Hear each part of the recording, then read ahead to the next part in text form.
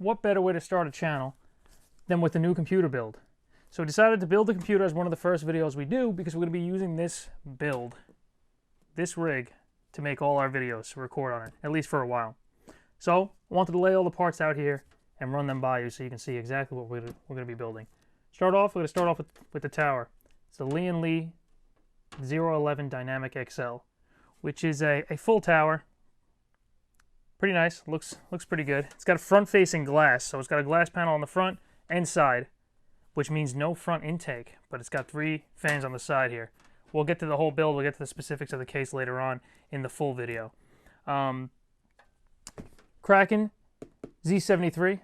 Reason why I chose is because you could put a nice little, it's got a nice little LCD screen where you could put a logo or whatever it may be. It could be a GIF, however you want to pronounce it. You could put it on there. It could be the opening of the channel video. Thought it would be interesting, so I grabbed it. It's supposed to cool very, very, very well. One of the best all-in-one coolers on the market. We'll test that. And what I have here, and one of the ways we're going to test that, is Thermal Grizzly's Cryonaut thermal paste. We're actually not going to apply it. We're going to use the stock thermal paste on the Z73 first for the build. And then in a later video, we're going to take it off, apply this, compare the temperatures, and go from there. Moving on, let's move on to the RAM. 32 gigabyte set. It's DDR4000 with cast latency 15. Look at the cast latency. We'll talk about that in a future video as well if you don't know what that is. Look out for that when you're buying your RAM. This is probably going to be the most most expensive, I know that for sure, but the most exciting part in the build. RTX 3090 Xtreme from Gigabyte. It's pretty pricey and it is pretty big. It is a 4-slot card, so you will probably not be getting any additional video cards into this build if you want to SLI or anything of the sort, because it's going to take up pretty much your entire space for video cards in your PCI Express ports. But this also has a nice little LCD screen. We'll put something on it. We'll mess with it at some point. We can show temperatures. It's got this nice little Tamagotchi little thing, little creature. But moving on, X570 motherboard, another Gigabyte part. The Aorus Xtreme, love their motherboards. Had the best results with their motherboards.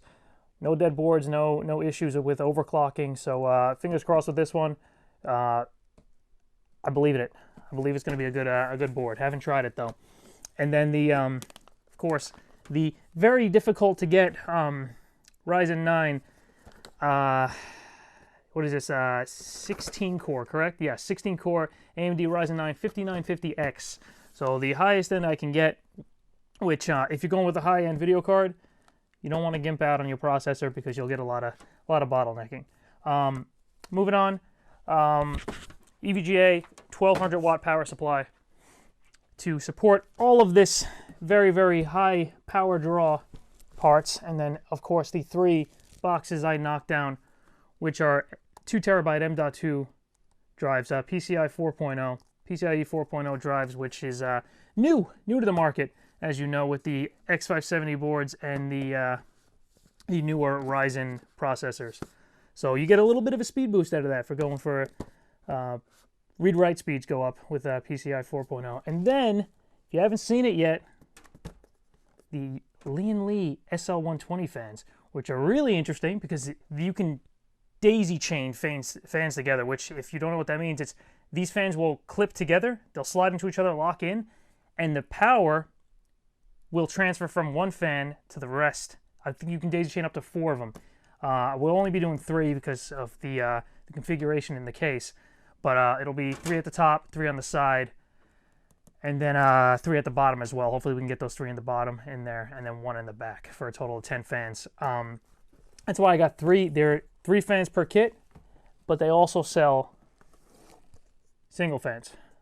So I had to grab 1 extra for the 10th fan, and that should be interesting. We'll definitely we'll highlight that a bit and show you guys exactly how that works. So that's the start of the video. That's all our parts, and let's get started. You're currently watching the long version of the build. This will include all the talking, all the unboxing of every part. We'll get into detail of each part and each step. But if you want to watch the short version that has only the important steps and is severely cut down, feel free to click the video below or the link below in the description, and we'll get to that. But all right, let's get started. To start, I'm going to go ahead and open the case. Lian Dynamic XL has 2 thumb screws at the top and a little latch you can press down. Little latch you can press down, slide it down, slide it out. I'm going to go ahead and put this on the side for now. So that's the top of the case. And once that is out, you can slide the front panel glass out, and I'll put that to the side as well. I'll make sure I don't place this down in any middle. All right, so we're in. So there's multiple places you can install the power supply in this case. This open panel here is where it's going to go, towards the bottom of the case. So we're going to pop this up, and we're going to take off the back panel, which has no thumb screws. We'll learn together how exactly to take this part off, which I assume is going to have a latch. It does not. Ah, pops up. As you can see, I did very little exploring on any of this stuff, which means we can learn a little bit together about these parts. Most of them are the same. Moving my anti-static mat back up. All right, so we have the back of it here. This is where the power supply is going to sit. We might have to remove this to get it in there. Looks like we might. We're probably going to, which is a pain in the neck, but this is where, this is also your bracket for your SSDs, which we're not doing any of them. We have 3 M.2s that are going into this build rather than an SSD. So we're going to go ahead and open the power supply on this end. Nice EVGA 1200 watt modular power supply. If you haven't seen a modular power supply, which they're pretty common in this day and age, the past few years they really started coming into more of a mainstream thing, where it just means that every cable is disconnected. All you have is your main power cable connected to the power supply, and then you can pick and choose what you want to connect, which makes for a cleaner build. You know, you don't have all those extra cables just sitting around in your case in the back. Which, if you like to do nice, cable management in the back of your case, it makes it a hell of a lot easier. So here we go. 1200 watt EVGA power supply. I'm gonna go ahead and remove this little sticker because that bothers me. I'm that type of dude to remove these, which you probably won't see this, but I like to pull these off. All right, we'll go ahead and throw that to the side for now. Now this is definitely not going to fit without removing this, so I'm definitely going to have to do that, but no big deal. That's why we have tools, right? So put the power supply on the side. I'm going to grab this new kit. Looks like normal Phillips. We're going to grab, see if this does the trick. It does not. It needs to be a little bigger.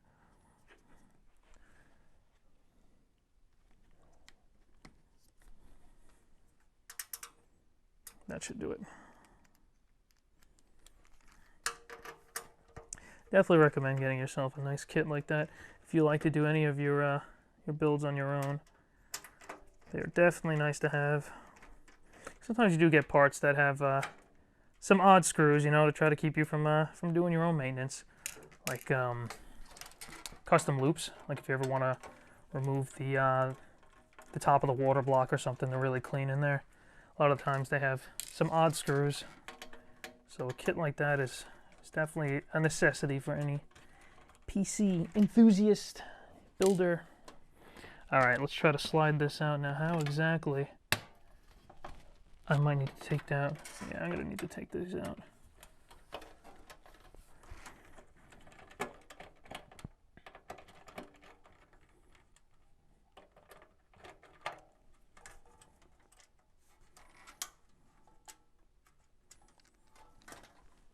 And this is why the short version of the video is available.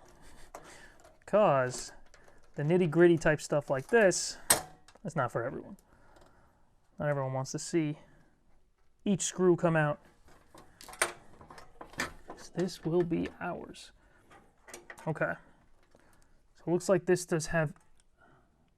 I'm wondering if this is to clip This came out like this with these screws in here, and that held the back of this in place.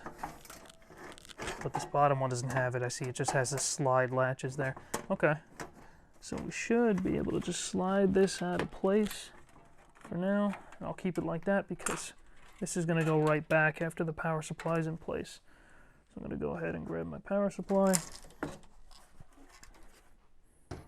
Let's see how we fit in here.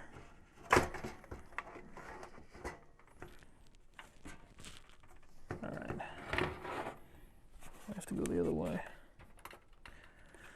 No, I don't want to fan position. I don't want to keep it down on here. I wanted to have the fan facing this way because the back of the case does have vents for it. So I definitely do want the fan this side for that specific reason.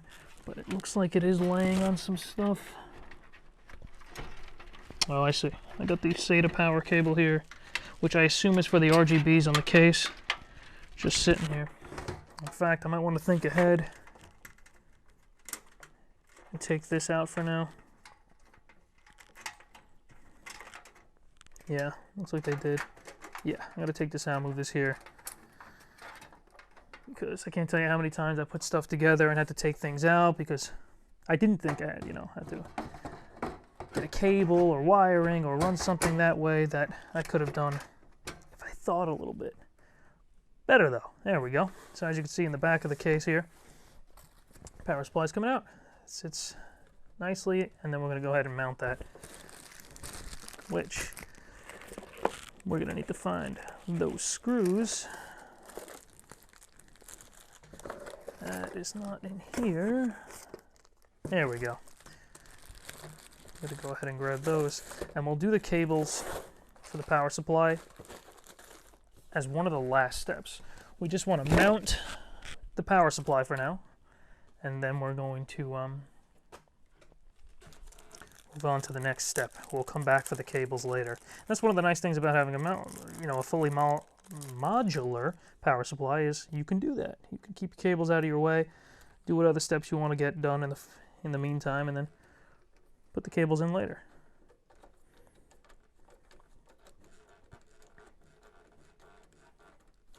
All right. One.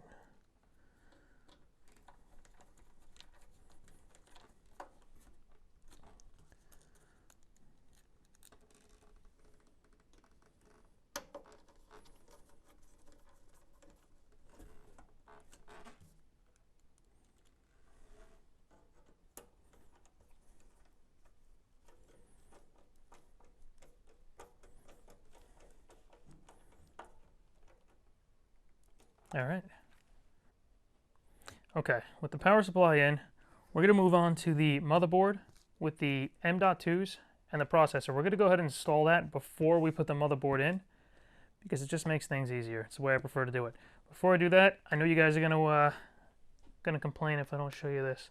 Anti-static wristband. Also have a ground here that you can buy. It's like a separate connector for your anti-static mat.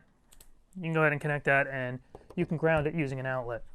So we have two different grounds, but you don't really need to do that. It's a little overkill, but all right, with the power supply installed, our next step is going to be the motherboard with the 3 M.2s and the processor. We're going to install those into the motherboard before we even put the motherboard into the case because I feel it just makes things easier.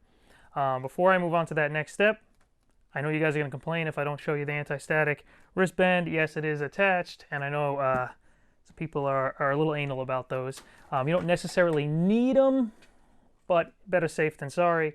I got a ground connected on that end, and I also have another ground where you can connect to an outlet. Obviously, you don't need an outlet ground. You can connect it to a piece of metal or something, but this is a cheap little addition to any anti-static mat. Connect it, and you plug it right into your outlet, and bam, you're ground.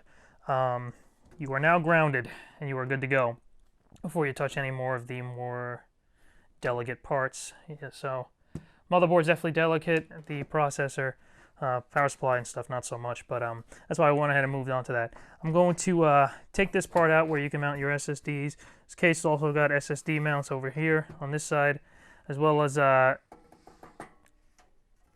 drive cages here, drive bays. If you want to take them out, you can.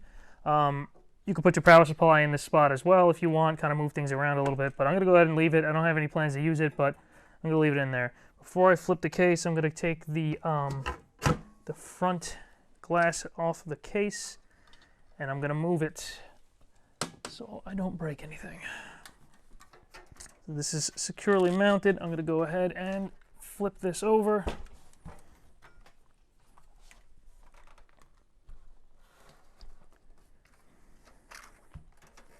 Okay.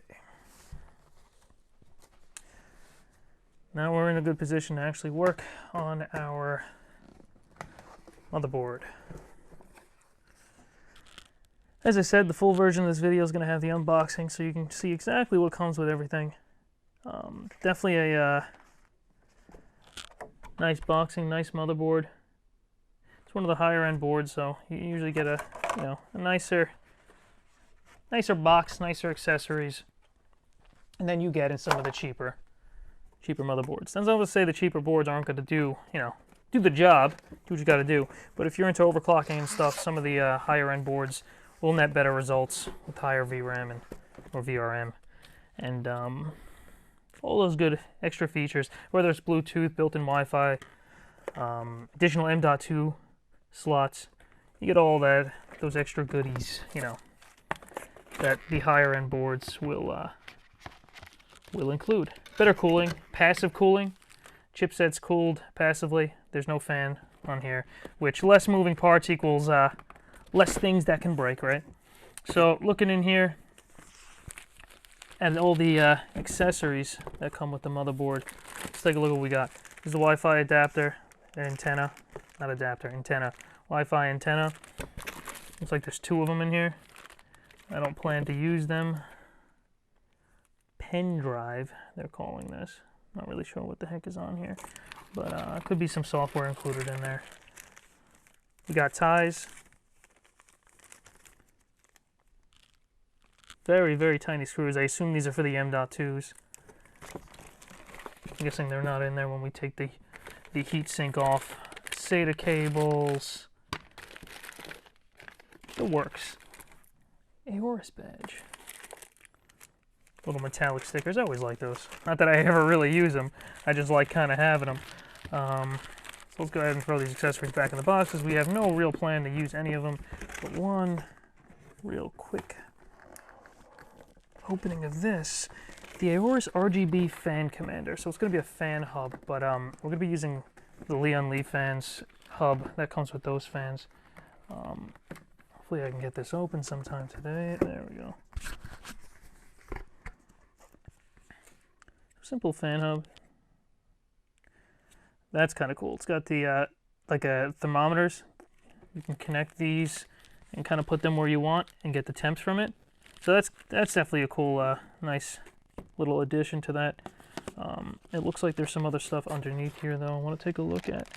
Wow, they have a lot of cables here. RGB cables, the SATA power cables.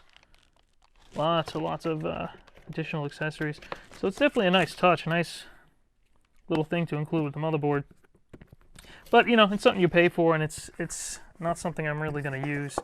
But heck, you don't need to use it on this specific motherboard. These things work in other boards, other builds. So you can always gift it to a friend. Maybe somebody likes what they see, and they can do a giveaway and give away the RGB fan commander, as Gigabyte is calling it. Okay, let's go ahead and box this back up, and we'll start going to work on this motherboard.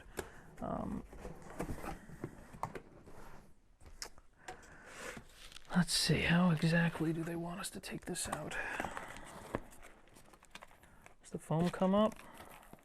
No, it looks like it doesn't. So we're gonna go ahead and just slide it out like that. Simple. Throw that into the corner, and we'll place this down. I'm gonna move the case just a little bit so I can use the mat a little more of the mat.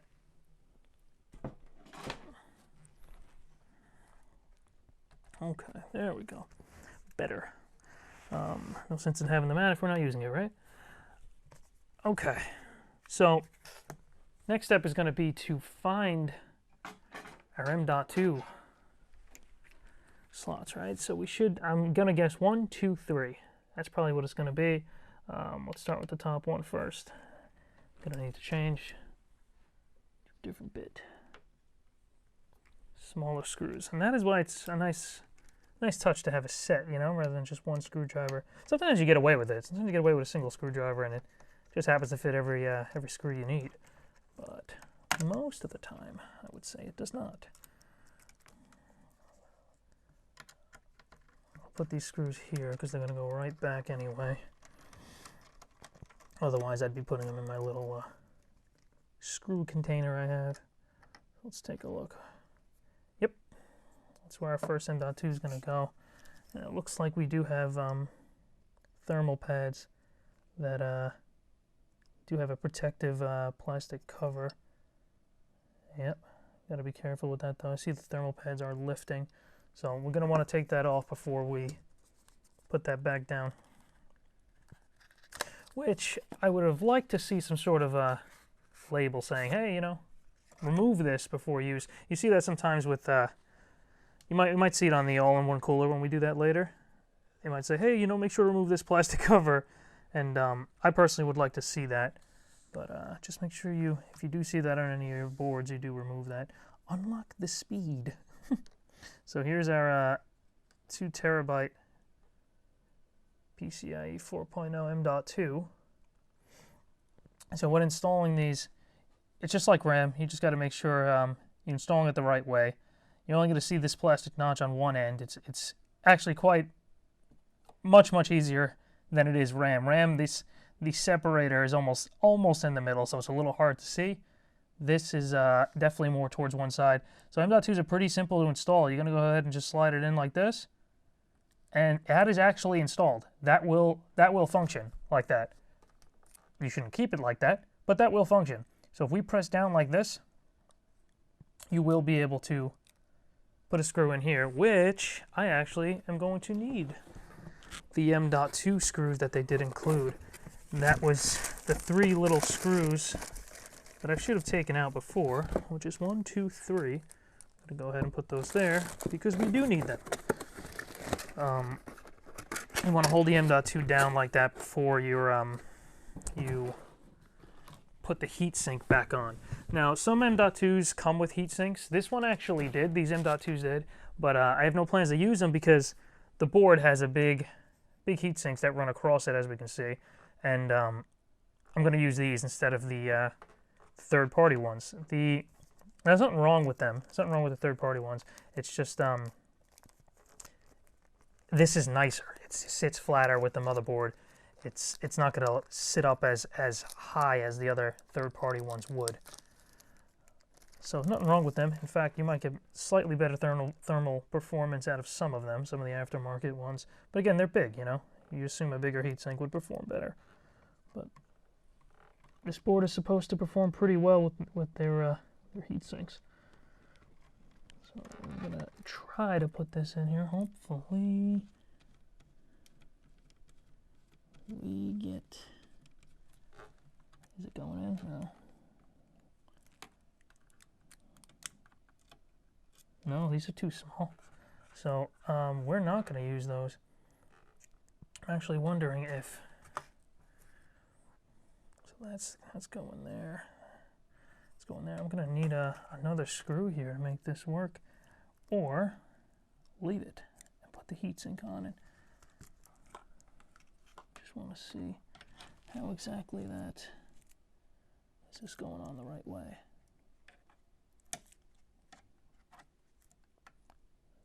It's not the right way, is it? Like that. I personally do not like the way I see this M.2. You probably can't see it from that angle, but it's sitting up a fair amount, so I do want to definitely get a screw in there that will hold. So I'm going to go ahead and take a quick look at the motherboard box to see if we have any other screws in here. The difficulties of building the rig, right?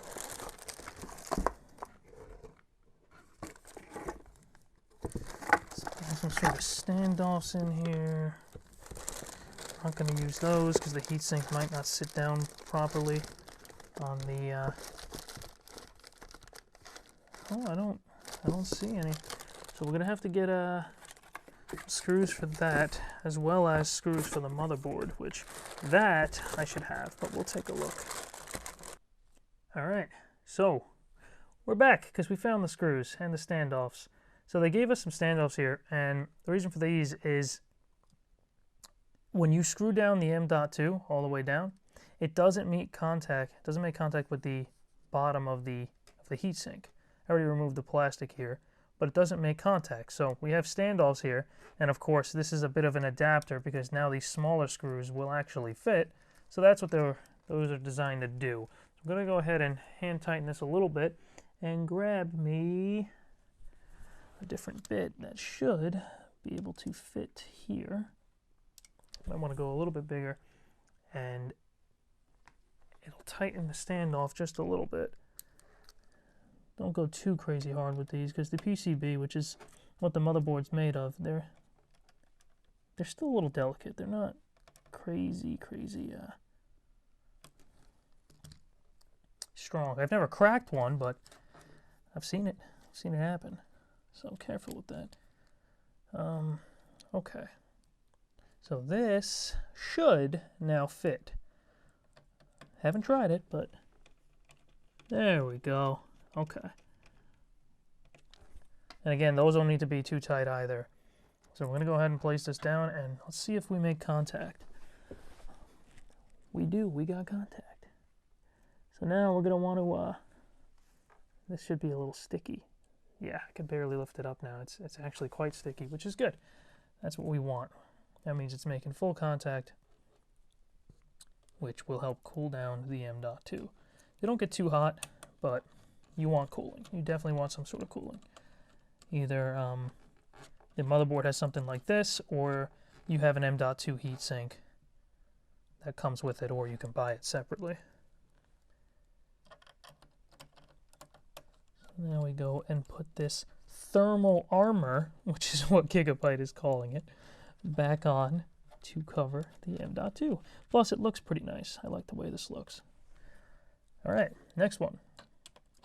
So these two should be covering the other two M.2 slots.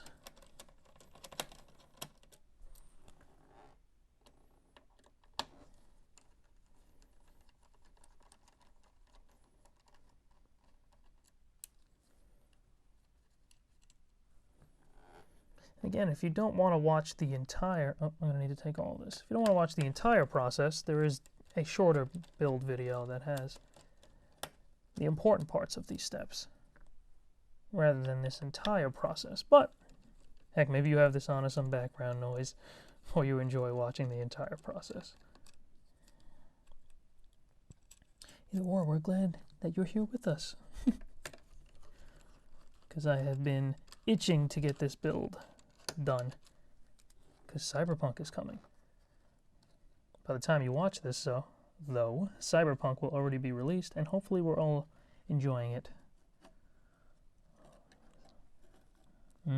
This is strange here. It looks like this is angled here to cover this. So that's... okay, so it slides in there a little bit. That is definitely some thick thermal armor. That's a thick heatsink for sure. Again, we're going to want to remove those and install both M.2s. So we're going to go ahead and open these. Get these unboxed. Hopefully I don't cut myself any more than I have. About to rip these because I like the, well, I do usually keep my boxes. They do have a nice little container, a little box of their own that I don't mind keeping them in. I think these are nice enough on their own. But I'm definitely one of those dudes that keeps their boxes, you know. But look good. I'm going to go ahead and put this in here. And bam. So you definitely want to give it a little push, make sure it slides in there.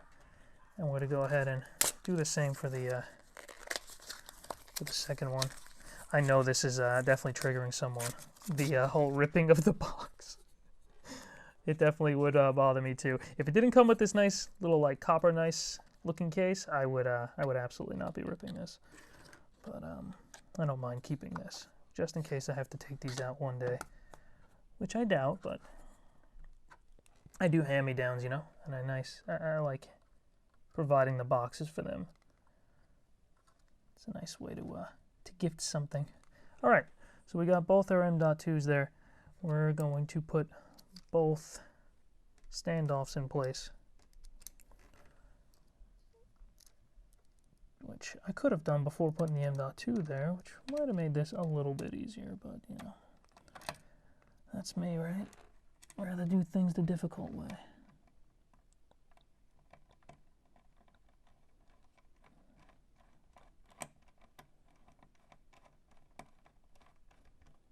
All right. I can see myself already cut a little bit.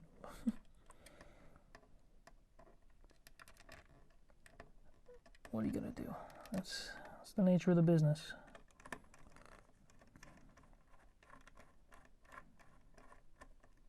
All right, so those are in. I'm gonna change the bit, and we're going to secure these M.2s. And like I said, I can't tell you how nice it is to have a good set when you're building computers, because you do find yourself changing bits quite often. You know, rather than having a screwdriver for every little thing, changing the bits is nice. But then again, losing the bits kind of, you know, that happens sometimes. I'm definitely prone to that. All right, so we're gonna go ahead and remove the little protective plastic on top of the thermal pads. And we're gonna go ahead and try to slide this back in here. Yeah, it definitely requires a little bit of sliding. That's gonna be a little difficult. I expected as much.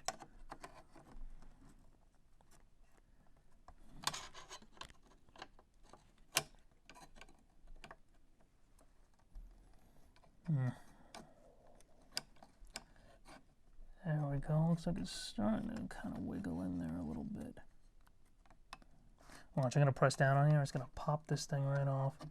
Oh, there we go. We got it. We got it. Are you sitting down enough? Yeah, it is. Okay. So longer screws, I believe, went on this end for this one, right? No, it has standoffs. It's going to be this end, I think. Should have paid attention. These screws are slightly different. Yeah, this is it. The ones that have a little bit of a built-in standoff should go on this side.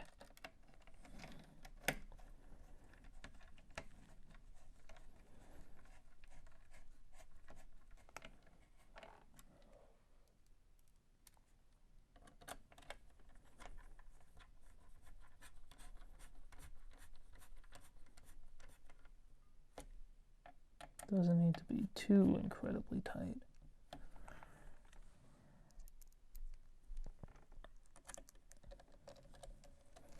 And these last two screws look like they're the same.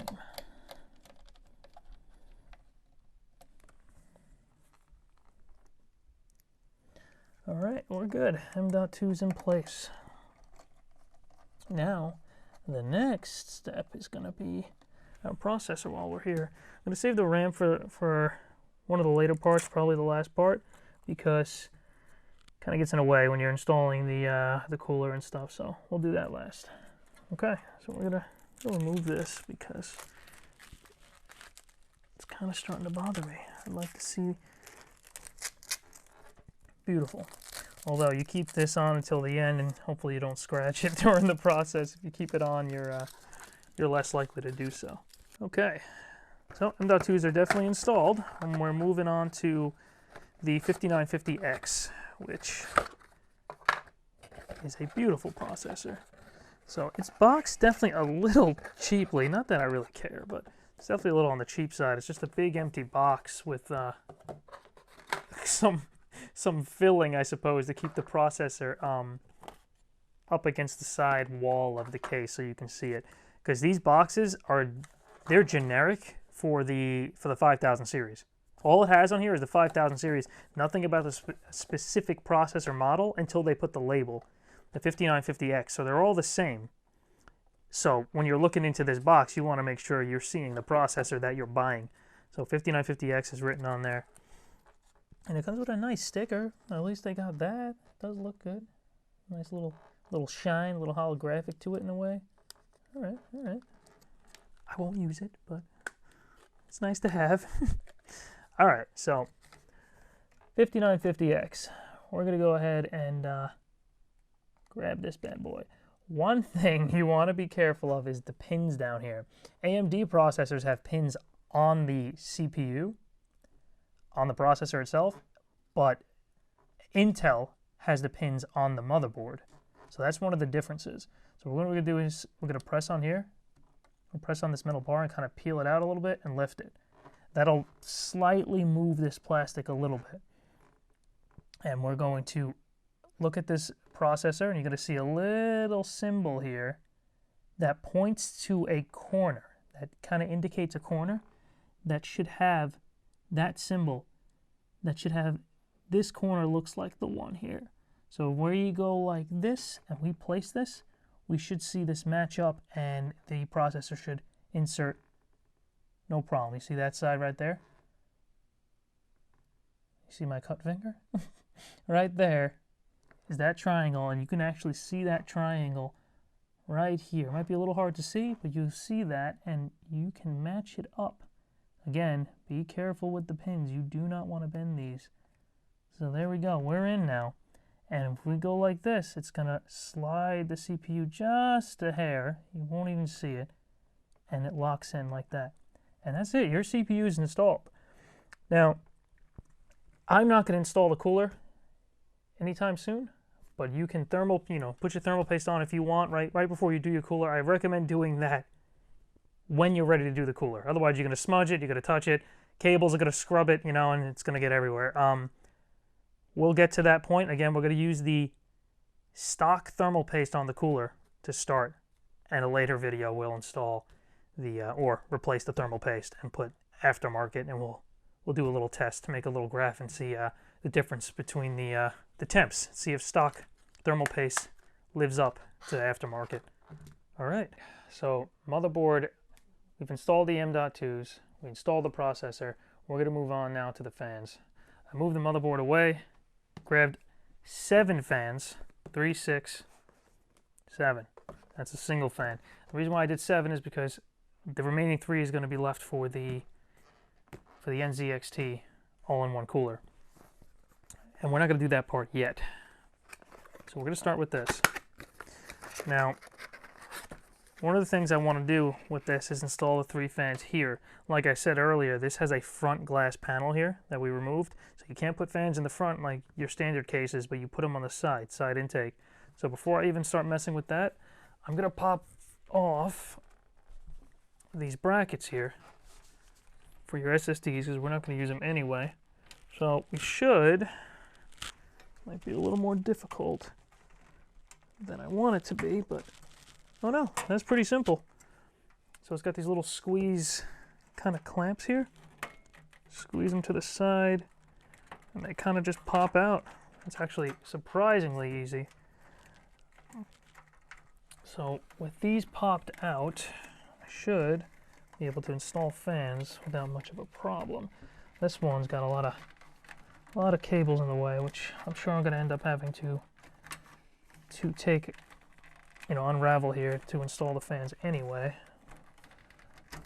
But there we go. So 3 of them out. We're going to go ahead and grab our 3 Lian Li fans. Now this is where things get a little interesting, because like I said earlier, these can daisy chain, these fans. And these, I know this is probably your first time seeing something like this. If you haven't seen these fans before, probably like, what the heck is that?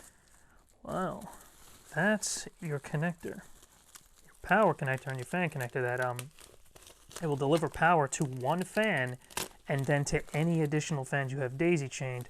Pretty sure the limit is 4. But again, we're only going to be running up to 3. We're not going to do more than that because of the fan, the case design. We can only get 3 in a row. So go ahead and take this out. And there's your fan. It's got a nice rubber to stop or reduce vibrations. I like the nice metal siding like that. And then you see here the metal connections, the connectors there, will allow the power to transfer from one fan to another. So you're going to pick one of your fans that you want to be the one to deliver power. So thinking about cable management, how I want to do this. In fact, do I want the fans back here? It looks like I have room to do that if I wanted, or in the front. I'm going to go in the front, I think. It'll look nicer. There's plenty of room in the front of the case. I'll end up coming to the inside of it, which we'll flip this around after and show you guys. If I go like that, I want to get this down to the very bottom. So I can mount the fans like this, but you want to make sure that the metal connector there would be facing up to the top, so any additional fans will be able to sit on that connector with that.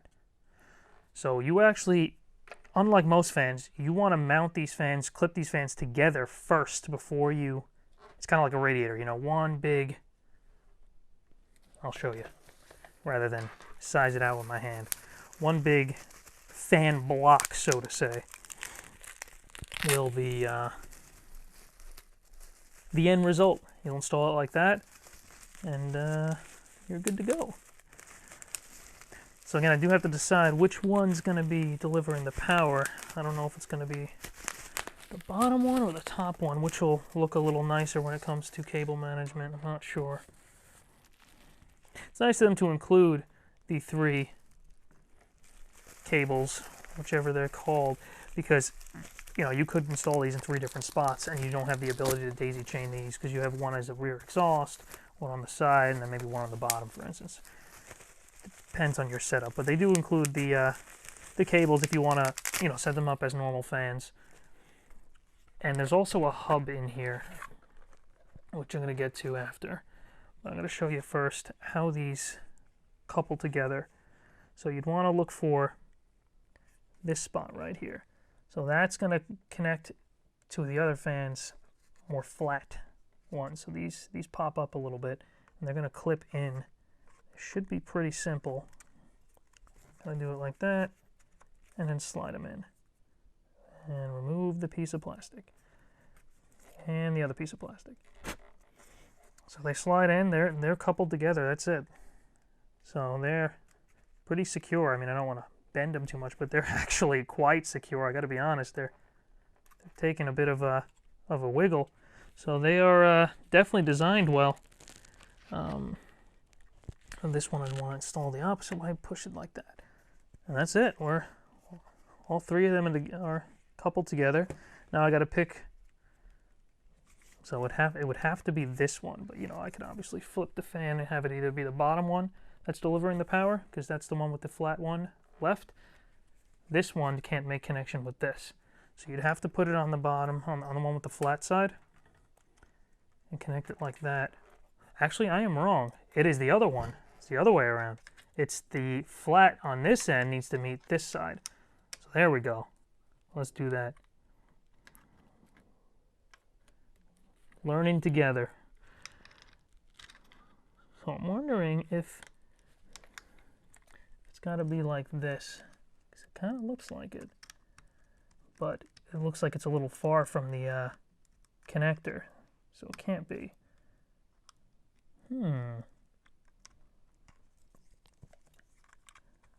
Like that? Yeah, that's it. That's it on the end.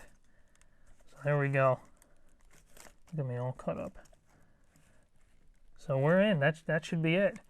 So let's see if this is easy to slide off. Yeah. So I'm going to go ahead and metal connectors touch each other like that, slide in to lock on. And we have two cables coming off, one to deliver power, one to control the fan, and they all go to the hub. So we only need one hub for quite a lot of fans. I don't know the exact number, but I will only need one hub for all the fans that I have. Looks like they have some sticky backing so we can stick it in the back of the, oh, one of the boxes fell. Stick it in the back of the case. It could be on that SSD mount that I removed earlier. Could be something like here. Whichever's going to make the cable routing easier. Let's just take a look real quick at what the fan hub looks like before we move to installing them. So it looks like it's 4 sets of fans it will support. Like I said, we have 2 cables coming off of this. So one of them would connect to the 3-pin, one of them would connect to the 4-pin, and that's each set of fans would do that.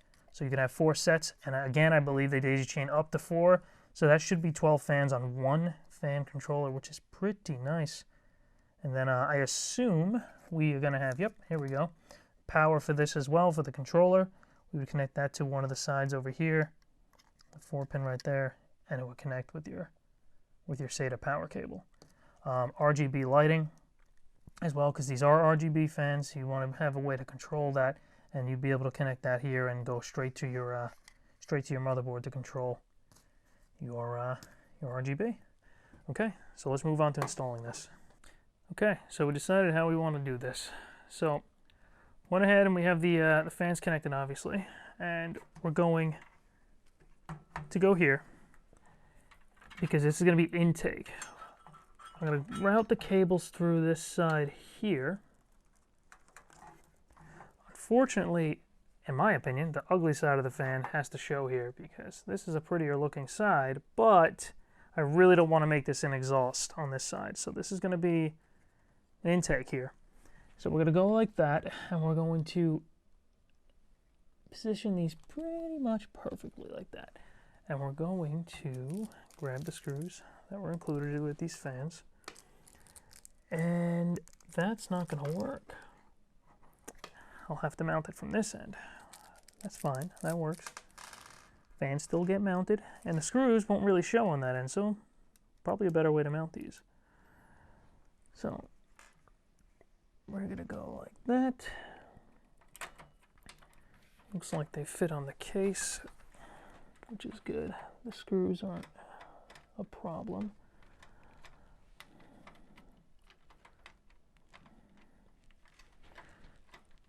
So we're going to keep these relatively loose for now.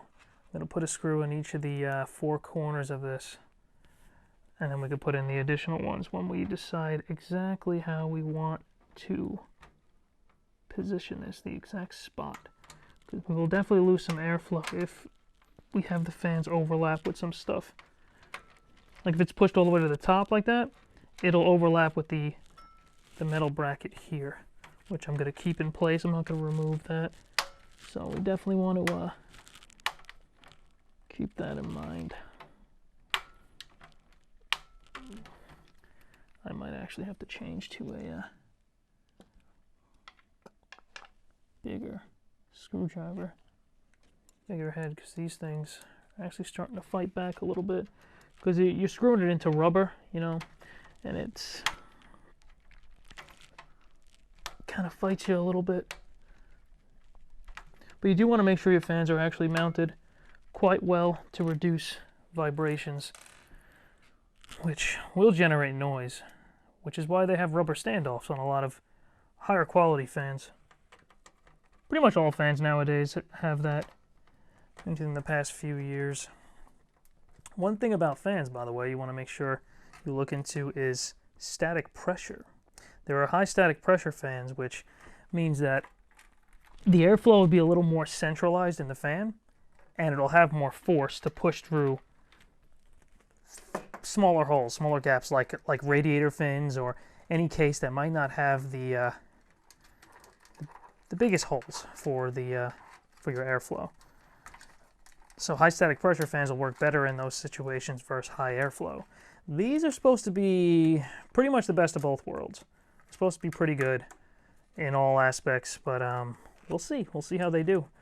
Before I even heard about these fans, I bought some other fans, which I will gladly do a giveaway for, because I have them lying around now. They were about $30 each, but ended up using these because they're just so cool. The way they link together. Of course, they're RGB as well, which means that they push more air or something. That's not actually true. Someone will believe that. But they are RGB, and they're pretty interesting RGB. They this will light on the side here, and it'll kind of reflect a little bit on the metal, and it looks pretty slick. So I went and adjusted this just a little bit to get to the exact spot I want this to be, and now I'm going to tighten these screws here. This is the one that gives me the most trouble. This screw, but we're getting there.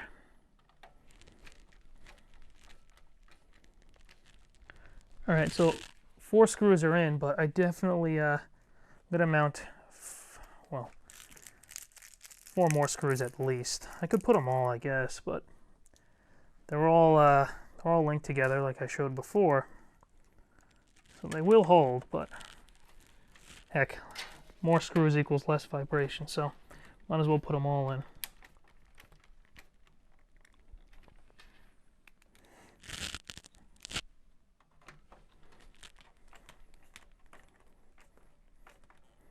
This is why we have the short video, because there's going to be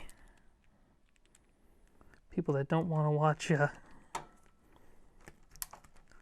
entire process of putting in screws in every fan. The radiator should be interesting.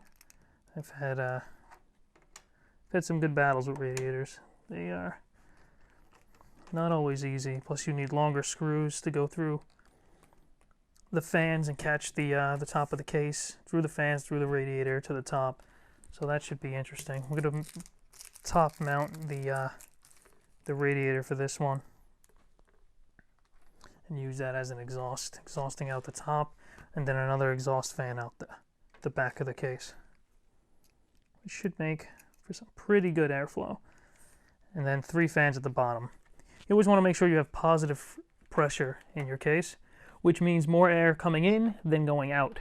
You always want positive pressure, because if you have negative, which again is the other way, you know, more out than in, your case will try to, your fans that are pulling in will try to pull air from any which way they can get it. So it will pull air from little cracks and crevices, which might not have dust filters, so your case tends to get a little bit more dirty, and you don't have your airflow directed where you want it. You know, it's not going the exact way you want it because it's getting pulled in from all sorts of places. So positive air pressure. So that means more fans should be set to intake than exhaust. Okay, we're good on that end. We have our fan cable routed here, and we are good to go. So let's flip this one around and show the back end of it. So we got our 3 fans mounted, cables routed to the side. As you can see, there's going to be a fair amount of cable management that's going to have to be done to this case. So that's first group of fans. Next group of fans is going to be on the bottom, and I'll go ahead and get that ready. All right, so I got the 3 fans connected. This is going to be for the bottom. Bottom of the case, this is also going to be intake. So we're going to have the fan set like this. It'll pull air into the case.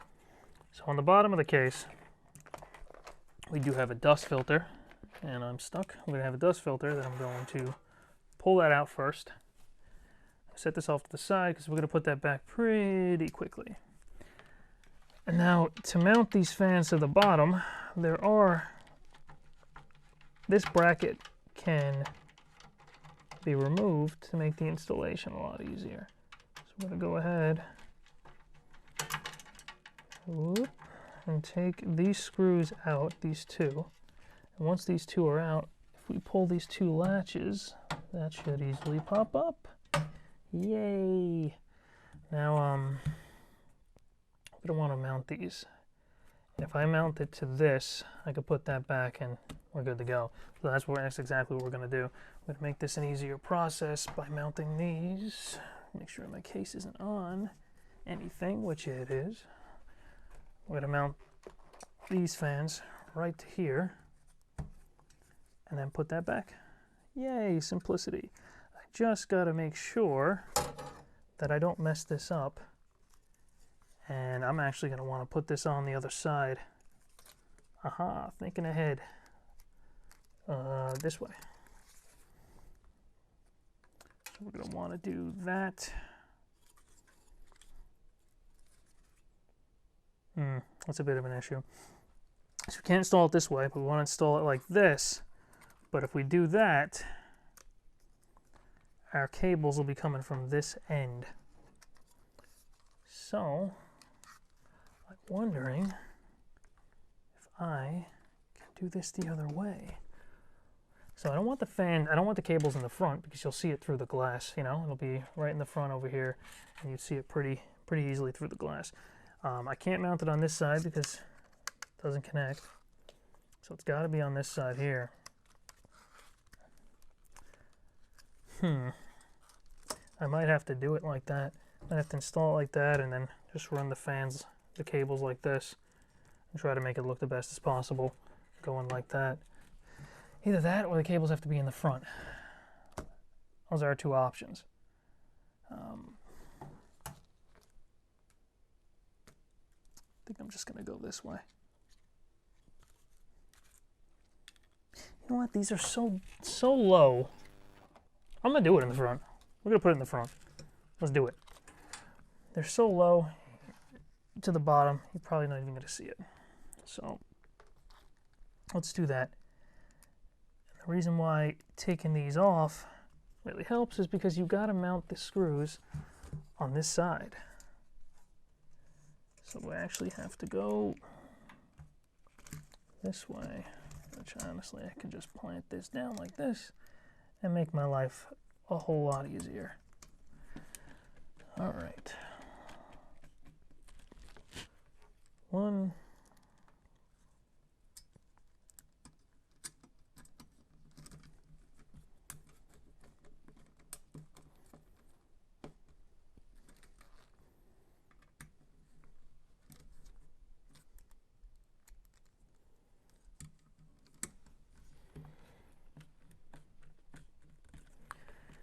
I'm going to do a heck of a lot of videos on this baby.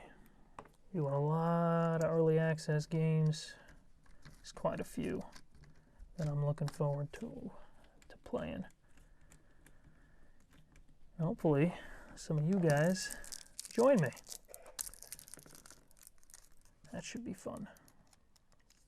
Getting a group of us together and just testing out some games. But first thing I think this computer is really going to see is Cyberpunk. Not in 4K though. I'm looking for 1440. I like my my frame rates high. While this can easily handle 4K, no problem, you're not pulling 170 plus FPS, which is what the monitor I'm going to use is capable of showing. Obviously, you can do like 240 and stuff on some monitors, but there's a 170 1440 monitor I have, which was on the desk in the beginning of the video, and that's the monitor I'm going to be going with. I'm still not ready for 4K. Maybe in a couple generations we'll talk about that, and we're capable of pulling maybe 120 FPS or higher. This is why you watch the long video, so we can just talk about whatever during the monotonous steps. Almost done. 3 more.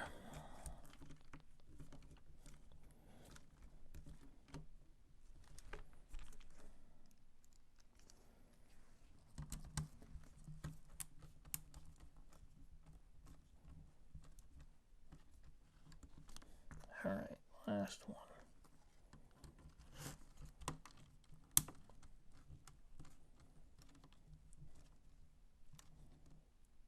All right, we're in. Now,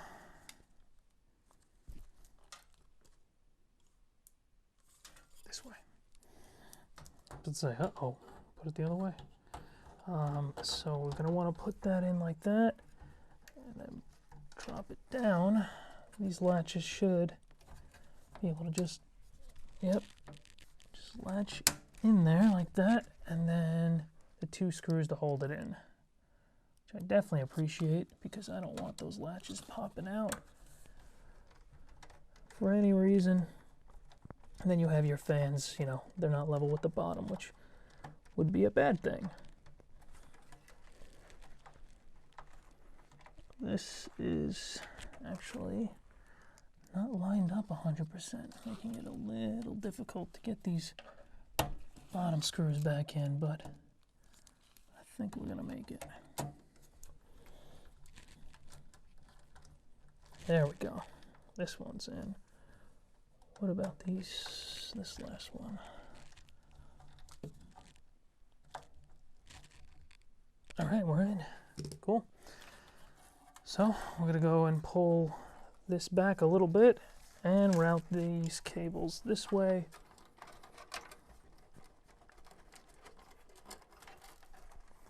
And pull them to the back. All right. So the bottom 3 mounted as intake. This solo fan is gonna go in the back here, and this is actually gonna be exhaust. It's gonna be the first exhaust fan we're putting in here. So we're gonna go ahead and mount this right to the back here, like so.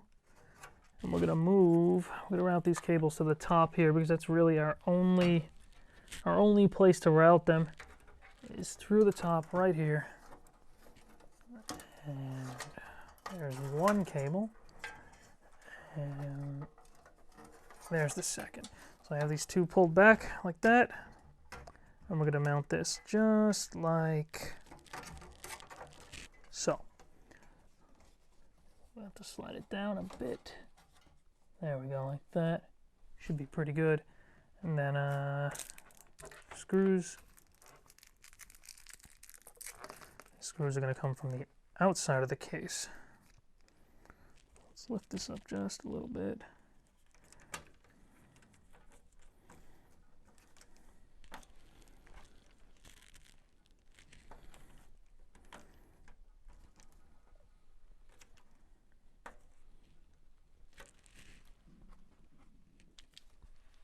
I think I'm going to loosen it just a bit and slide it down just like that, and then tighten.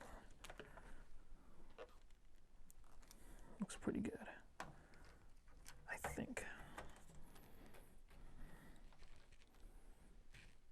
Yeah, looks good.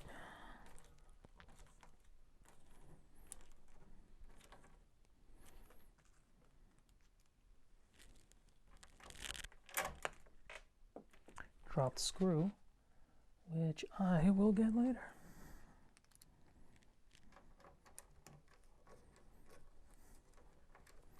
Black screws, black carpet, which is why I'm wearing shoes on the carpet right now. Static electricity. Builds up real fast in socks. Well, there we go. Our first exhaust, and then the 3 at the top for the radiator we're going to do last, because the radiator is a little bit of a pain in the neck, so we'll get to that. Okay, so 7 of the 10 fans installed. Next, I'm going to put the motherboard in. I might regret it, because it might have to come out with if some cables get stuck, but there's plenty of room in this case to route the cables with the motherboard in there, so I assume I'll be okay. I'm going to lay down the case, and while it's on the side, I'm going to put that dust filter that we removed earlier in the video back in place. We're good there. So one of the things that you want to have in your case are standoffs. These little things are called standoffs, so the motherboard sits on top of them and not on the case itself. So not all cases come with them. Not all cases come with them pre-installed, but they should come with them in a box, like the accessory box with screws and all that stuff. You should have standoffs, so you want to make sure you put in your standoffs in there before you're mounting your motherboard. Another thing is making sure that the standoffs actually match what you need for your board, and it should match mine fine. This might be an extra one here, but if I take this up, I might actually find, actually I can just check. Yep. So I'm going to have to take that off, that M.2 heatsink, one more time for that actual screw in that spot to actually nail that one. So I'm going ahead and checking all that, and it looks like it all lines up, and there should be an extra one under here. One other thing is, when you are building your computer, I know this is probably basic stuff for some of you guys, but there's something called an I/O shield. It's not called a brace, if you get that joke. It's something called an I/O shield, where you put it in the, you'll insert it into this slot here, this socket opening, whatever you want to call it, on the back of your computer, and then you slide your motherboard in place. This motherboard has it built in there. It's already got there. So I'm going to go ahead and put this in place.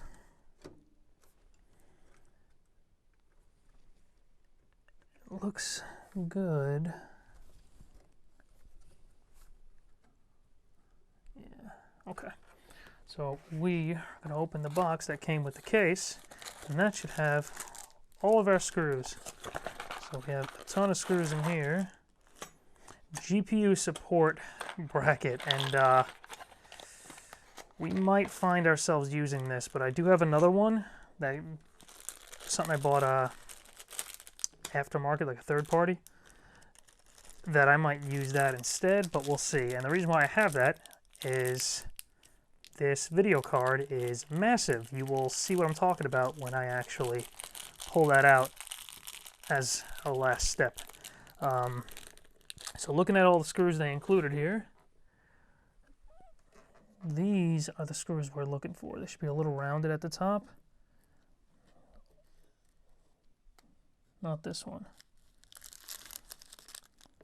These. Just gonna pour this all out, and then I'll throw everything else back in the box when I don't need it. Whatever I don't need, which will be most of this. Actually, how many do I need? 3, 6, 9? Just 9.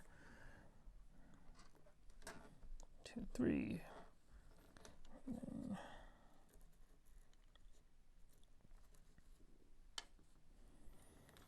That should be almost enough. There might be one more I need.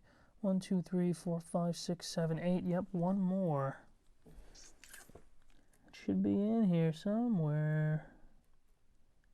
If it's not, I'll worry about that later. I got a bunch of extra screws available as well.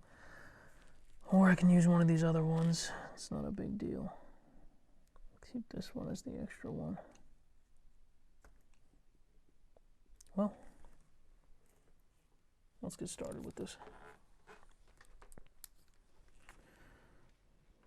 So I'm gonna go start here.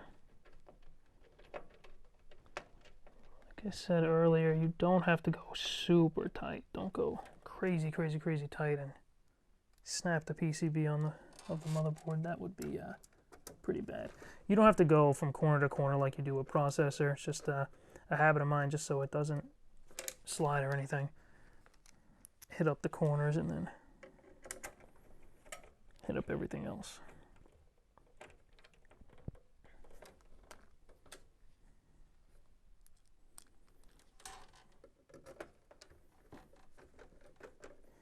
Speaking of the processor, I may have to take this off. This is for AMD's included cooler, but the higher end CPUs don't actually include the cooler.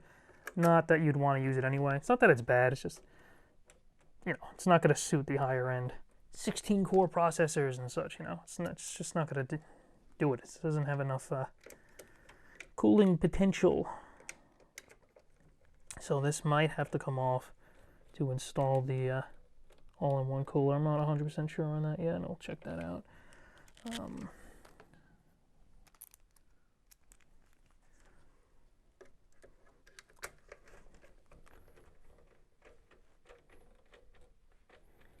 If you're installing this with standoffs, it might feel like it's not getting tightened, but if you installed the standoffs yourself, which most cases have that, you know, you'll be tightening the standoffs as you're tightening the screws, so they're both kind of tightening. So just know that it takes double the screwing. I might just go with this last one here. Yeah, it looks like they only gave us 8, unless I'm blind, but there is a lot of screws here. No big deal. Okay, so I'm gonna have to take this off, which is going to require a smaller bit. Back to the smaller bit.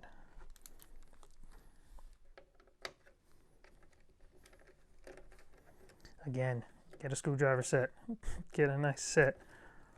There's one specific to like PC building and such, like this one is. It's kind of got all the things you're gonna see. All the crazy stars and 6-point, 8 points, whatever it may be, you'll find bits for all of them. So this is gonna be a little sticky. The thermal pad, yep. I was just gonna say the thermal pad might stick to the M.2. It's not the end of the world if that happens. Just kind of do exactly what I did there, where you kind of peel it back and let it fall back on the place. Try to grab it from the back of it, place it back down. No big deal if that happens. You could also get thermal pads, aftermarket thermal pads, and kind of do it yourself. I know there's people that take off the GPU coolers whenever they buy a cooler and look for thermal pads and place down their own if there's none where there should be, which unfortunately is more common than it should be in the PC world. You'll get a one of the lower end cards. I shouldn't even say lower end cards, but it's, you know, it's the base model, like the whatever the retail MSRP is. You're not paying extra over it, which, you know, in my opinion, I have an Extreme, so I shouldn't even be saying you shouldn't do that. But if you're after value, you're not buying anything with some crazy aftermarket cooler. There's just, you know, there's no reason for it for some people. You don't want to do a lot of overclocking. But I know there's people that buy that and they're comfortable taking off the GPU cooler, putting extra thermal pads in places where they really should be, and then putting the cooler back on. Definitely a little more advanced, that process. I've done the aftermarket coolers, you know, after either putting a liquid cooler on it or just a hybrid, which is both air and liquid cooled for a GPU. You'll see that sometimes, where you'll see a radiator on it, but you'll still see a fan like on the video card itself. That's to cool the VRAM and whatever else you may see. I'm wondering if I put the right screw on this. Yeah, I think I did. It's just not going back in for me.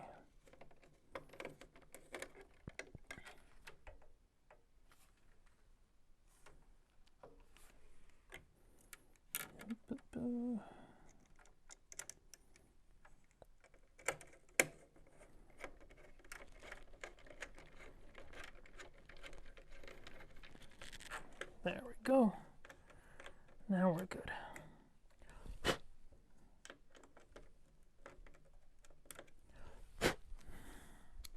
Cool.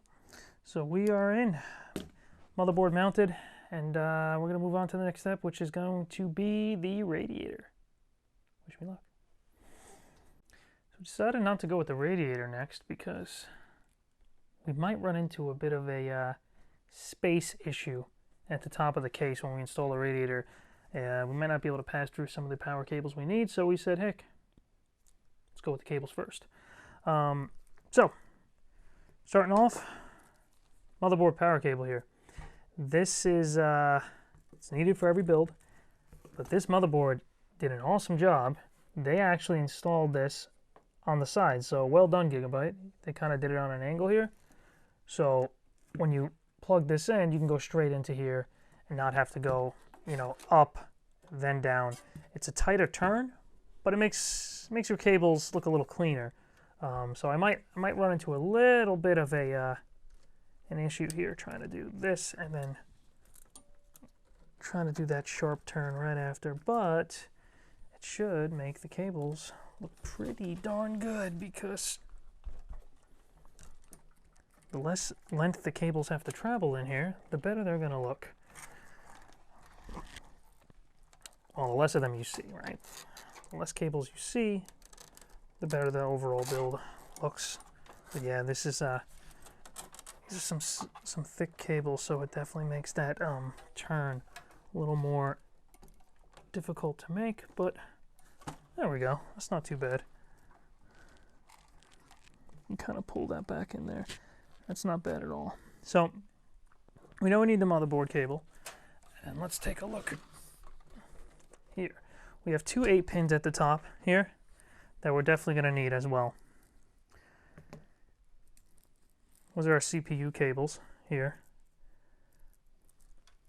CPU cables, but we're going to need another set of them. There they are.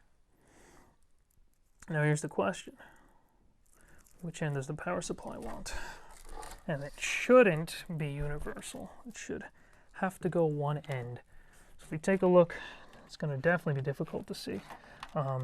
Modular power supply, there are ports here. One of them is marked CPU 1, and there should be a CPU 2 in here, because there are two cables for it, but CPU 2, CPU 1, CPU 2.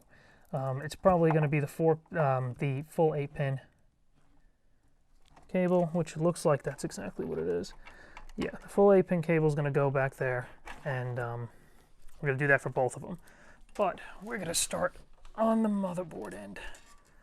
It's just what I prefer to do, and then feed them back. So we have those two cables.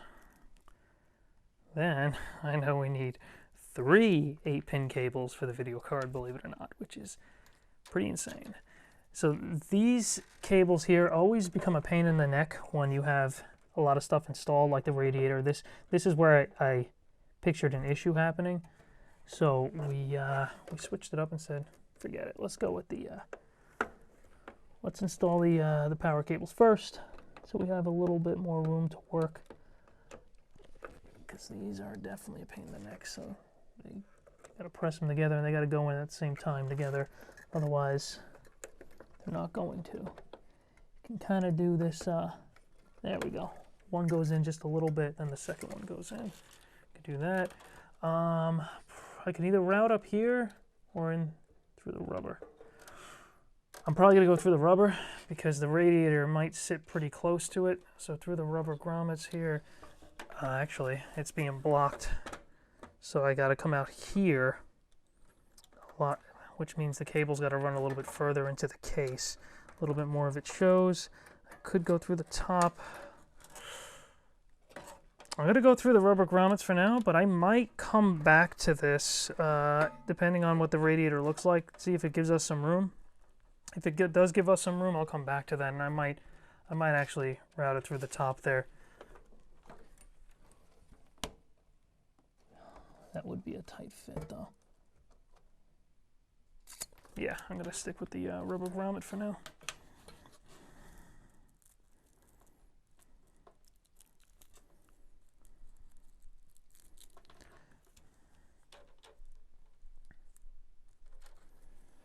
Okay. Second CPU 8-pin. Easy. As I mentioned earlier, the motherboards vary with its overclock capabilities. So the more expensive ones, you know, generally overclock better. That's one of the examples right there. It supports 2 8-pin power cables, which will allow you a lot more power for your CPU overclocking. You're never going to use all of that power, but it's there. You're talking about crazy, crazy cooling you're going to need, which I am not into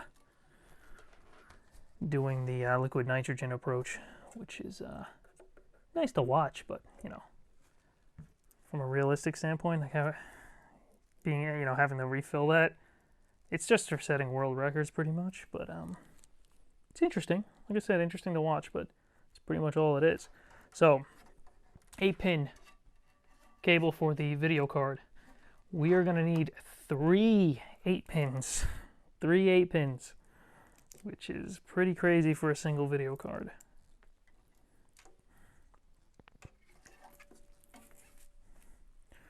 And we're definitely going to come down here, especially because of the size of the video card. It's going to run pretty much down here. It's quite large. So we need one more.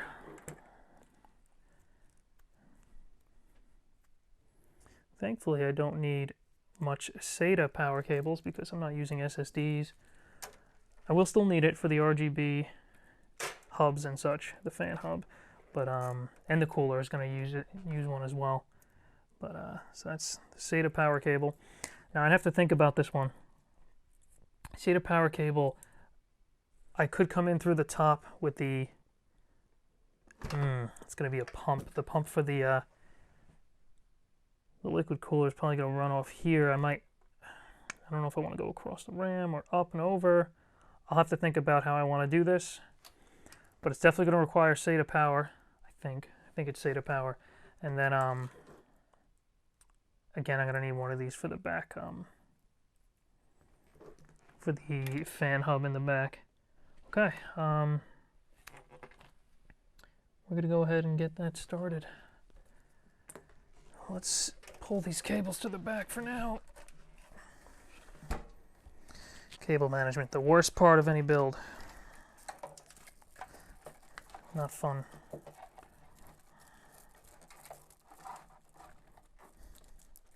I personally am not a huge stickler for cable management in the back of the case, you know. You don't see it, as long as it's not blocking, you know, sitting on top of the power supply and stuff. I personally don't mind. So I'll do a decent job in the back, but the front is really what matters to me. All right, so moving on, we're going to mount that radiator. All right, moving on to the radiator, the Kraken Z73. Liquid cooling, all-in-one radiator, pump. And like I said before a couple times, we're going to keep the stock thermal paste and see how it performs. Drop the manual. Oh yeah, and I might have to remove those brackets on the motherboard.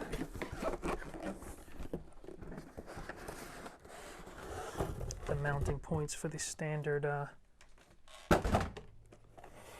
cooler, the stock coolers for AMDs. So these are fans that I will not be using. I'm going to use the Lian Lee fans instead. You could do a push-pull configuration, which I will show you what it would look like. If you've never done push-pull or seen it, that's when you have like a radiator up at the top or wherever you want it, really. Be on the side here. But if we have it on the top, like in our case, it would be like 3 fans on the bottom and 3 fans on the top, and they'd all be pulling, you know, pushing in the same direction. So these fans would push, and these fans at the top would pull. That's why it's called the push-pull configuration. I've done it before. I could do it here. But I just feel like it's going to push the radiator down.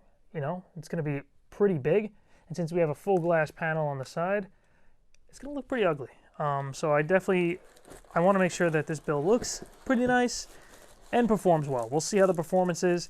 Maybe we'll stick the other 3 fans on it at some point, but we're going to stick with the just the 3 for now. Okay, connect all cables before turning on. Good advice. AM4. Let's take a look at it.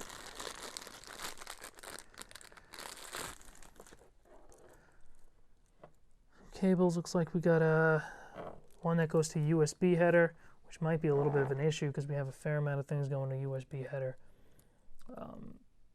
So the power cable is indeed SATA. The CPU fan header. Where the heck are you? Oh, you know what? It's going to connect from here. Connect the fan. Okay. So I'll just unwrap this for now, but I'm going to definitely have to mount the radiator first, then go with the fans at the bottom. So we're going to go with the radiator first. That is a pretty big pump, but that is an LCD screen on the front where you can again put like images or GIFs, whatever you want to call it. You can put it on there, and pretty fancy. Should be interesting. I'll play around with that a little bit and see what I can put on there. So I can mount this one of two ways. Either mount the radiator this way, and then come from here like this, or go the other way. Go like this. Something like that. I don't like this because these tubes are right in front of this fan. I think that looks stupid and it kind of gets right in the way of the blades. I might have to go the other route, which isn't always the best looking when you have tubes running across a lot of the stuff, but yeah, might want to go with this configuration.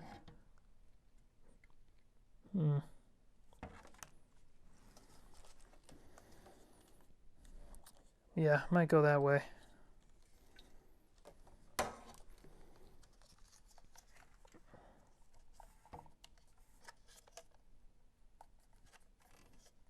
Oh, you know what? It's gonna need to be mounted like that. And yeah, those are gonna have to come off for sure. Okay, let's start with taking those off. It's not gonna use them.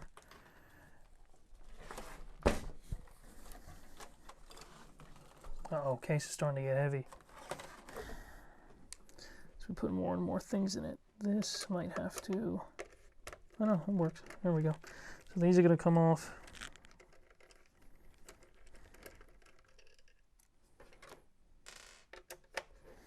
Definitely save these because I might have to put on a more of a standard air cooler one day. Who knows? Maybe move the all-in-one to another computer and put an air cooler in this one.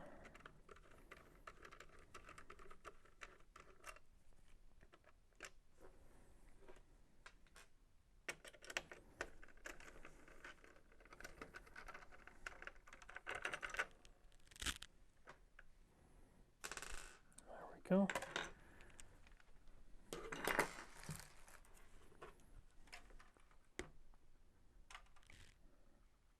Yeah, it's gonna need a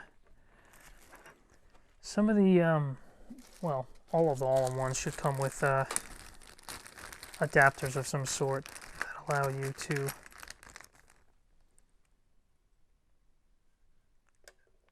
install something that would support it. That's probably going to go on the back though. And I can see that that may be a problem. We might have to take this motherboard off just to install that, which I had a feeling that was coming. Unless we have an opening that's big enough. No, I don't think we're going to get away with that. Okay, so I went ahead and put on the AM4 bracket on this bottom here. I removed the Intel one, which is this one. Remove that, put on the AMD one. You just kind of slide it on, and then turn it, and it locks on like that. This was a bit of a pain, but I got it set properly so it mounts like this. My one concern here is with this screen here on the pump. This sticker, I'm hoping they just placed it any which way, but I'm hoping this is not like the way the screen is supposed to be oriented, because this is obviously going to be on the side. Anything would be turned 90 degrees.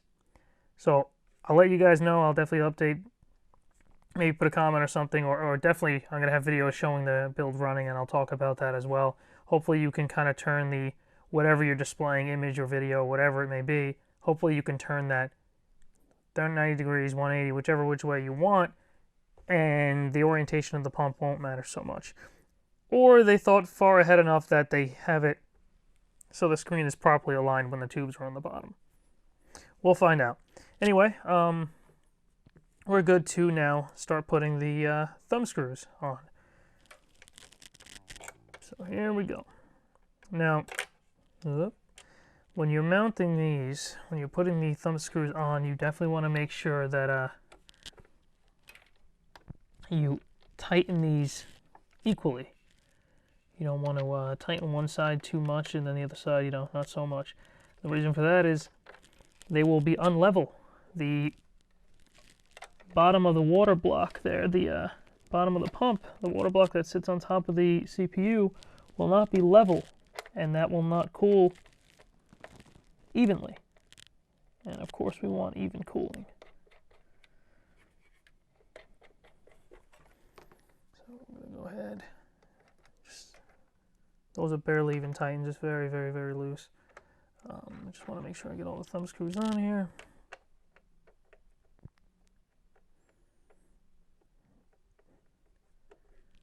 Okay.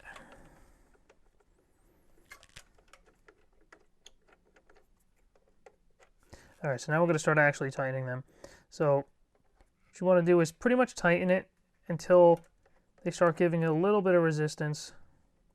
And you want to go 1, 2, 3, 4. 1, 2, 3, 4. Kind of like that to get equal tightness on each one.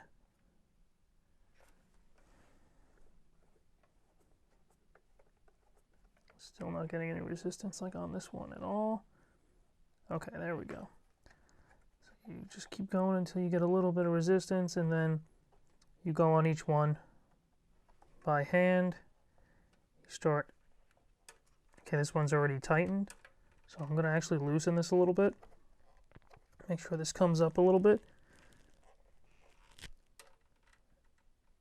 And then try to tighten everything pretty much equally so they all reach the same kind of tension before you start using any sort of screwdriver. Because the final few turns is really where it matters the most. Yeah, I can see this one pulled up a little bit this side. So hand tight.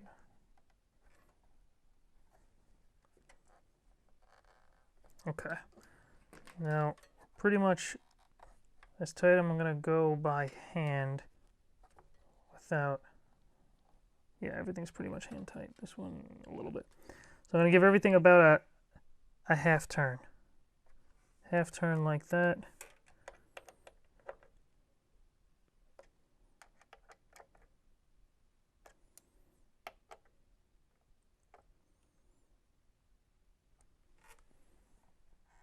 Everything is pretty tight.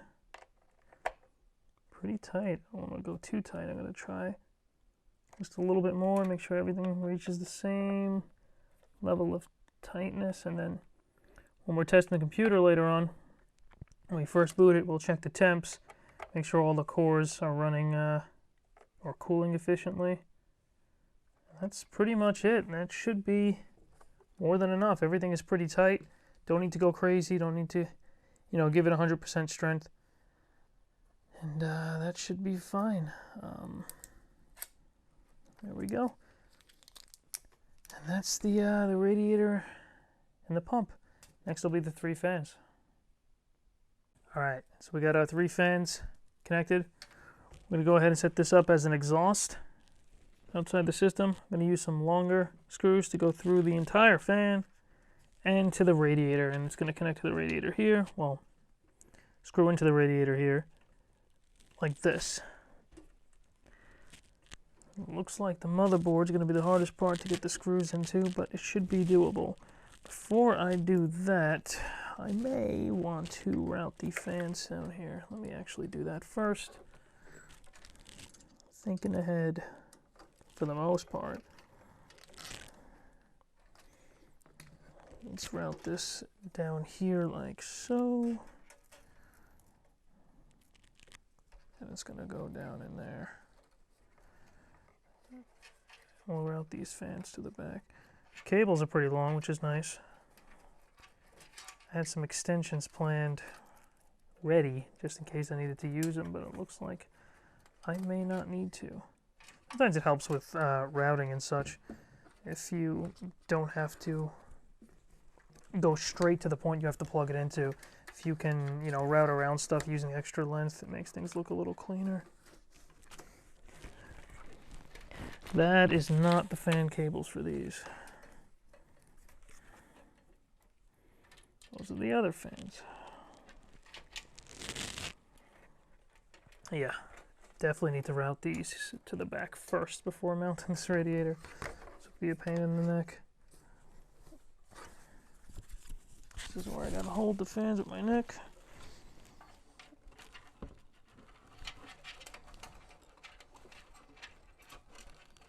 And push these down here. There we go.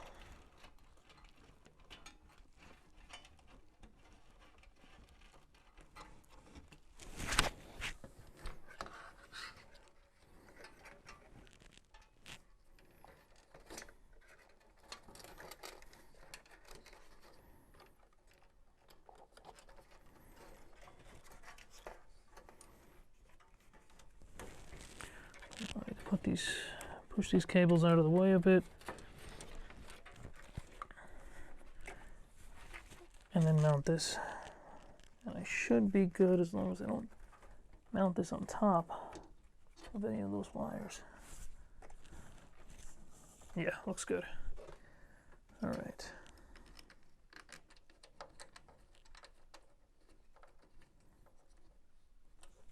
Screws near the motherboard are gonna be the biggest pain in the neck, but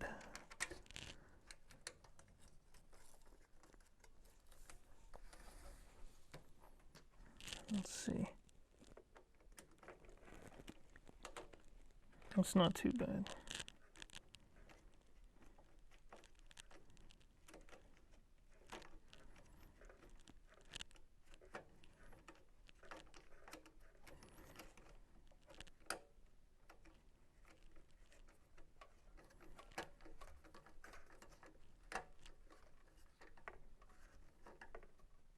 All right.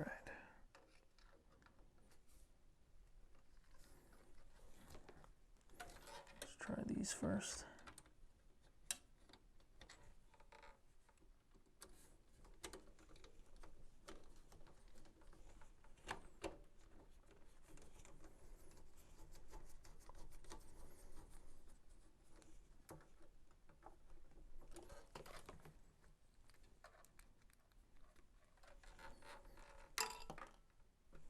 Drop one of those screws. Thankfully, it looks like it went through the fan outside the case. That's always the most annoying thing. We need to grab like tweezers to grab a thumb screw or something you dropped.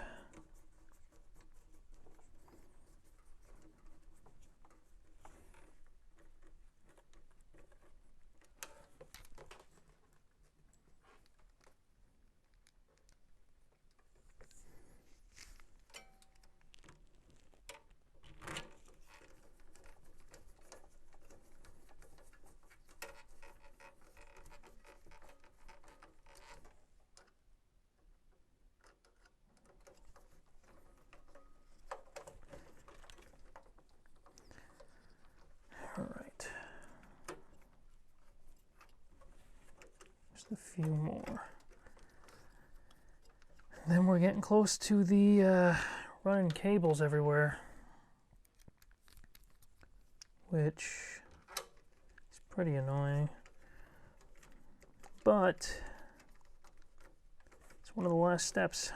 We're just about done now. Then the video card, which is the part I'm waiting to open, the part I'm most excited about. It's definitely the video card. So that's going to be difficult to actually screw in. So that's where I'm going to grab this baby. So I can angle. I have no idea what this is called, but it is very useful. You can angle it like that, and I should be able to screw that in at that angle, like that.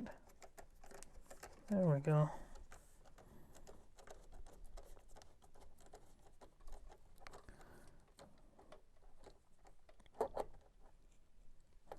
Thing is definitely very nice to have.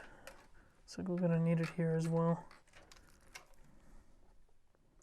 It's just too many things that you have to have the foresight to see around. Like, oh, I better not install the pump right now because then I won't be able to put the screws in for these 2 fans right here. You know, like, it's hard to think that far ahead sometimes. But luckily, we have tools like this to help us out. Shouldn't need it anymore, but I'm not going to take it off. It's kind of nice because you can hold it here and it screws in. You can hold it here, here, and you can still screw in whatever the hell you need to screw in. Just 3 left.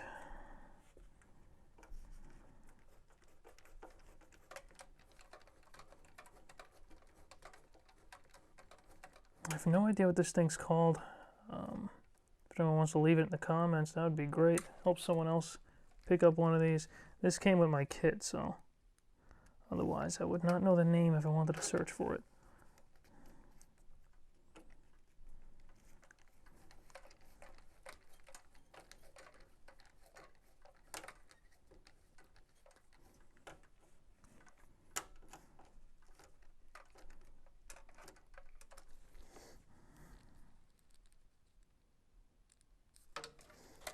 From now on, it's going to be known as the Screw Flexor 3000.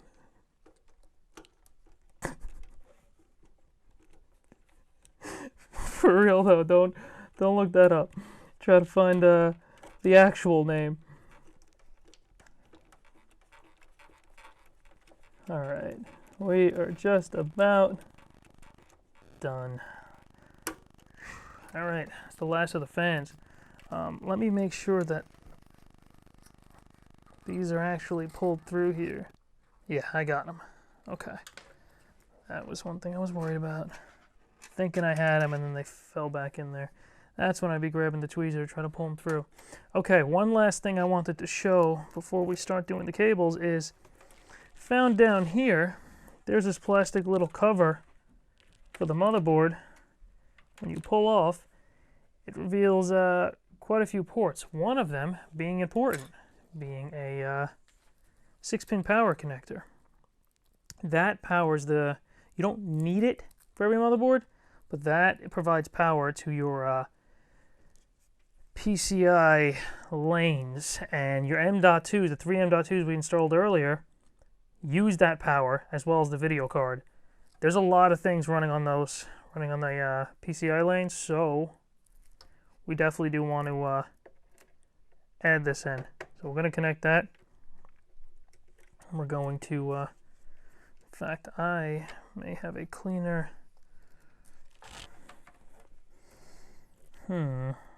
thinking, what if I use this here instead? The one I ran for the video card, and then use this instead for the video. Nope, that's going to look ugly. These are all 8 pins for the video card. I can only use this. This would just sit there if I couldn't use it for the video card. So I'm going to go ahead and use this here, like this, a 6-pin, and then throw this whole cable back there to connect to the power supply.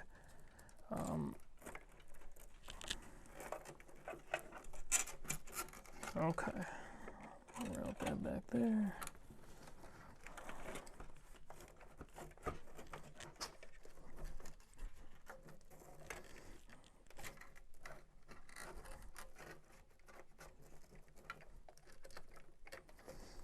All right, so now we're ready to begin running our cables. All right, so we're going to start running some cables to the proper areas. So what I have here is a sticky magnet that came with the Lian fan controller. So I'm going to go ahead and put this right about here. And it's magnetic, but I see that's not going to hold. But it does have another sticky on the side. But before I do that, I'm going to make sure that this can reach all of the cables. I know one of them is going to have a little bit of an issue, which is the one on the bottom. This one here is definitely a little on the shorter side. Not shorter, but it's coming from a further area. Yeah, this is fine though. This will be more than enough. I'll put that towards the bottom.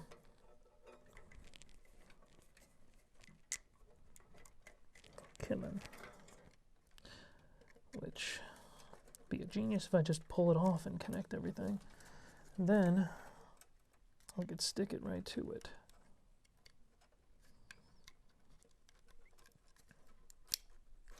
Bam, that connects in pretty securely.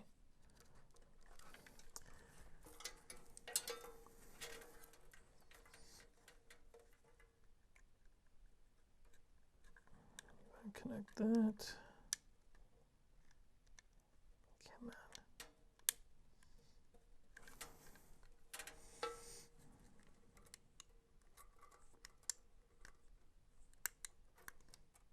on. There we go.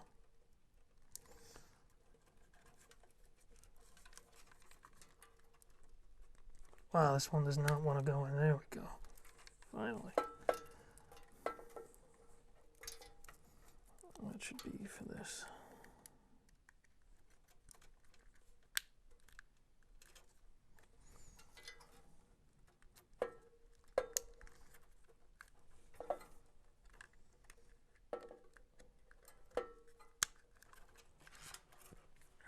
One, two, three, four.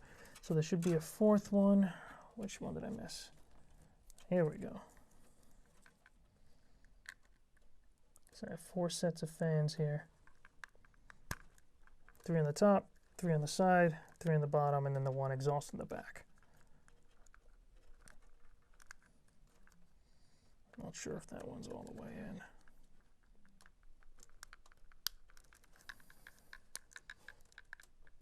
Yeah, seems to be. Cool. So that's all those in there. And then this is going to need to connect to SATA power, to a fan port on the motherboard, and then your RGB cables. So I'm going to go ahead and take off the sticky back, if I can. There we go. And we're going to put that right around there. And it doesn't slide with the power of the magnet and the sticky. Yay! So we got that done. And we're going to run this. Start actually connecting stuff to the motherboard now. I'm going to take that off.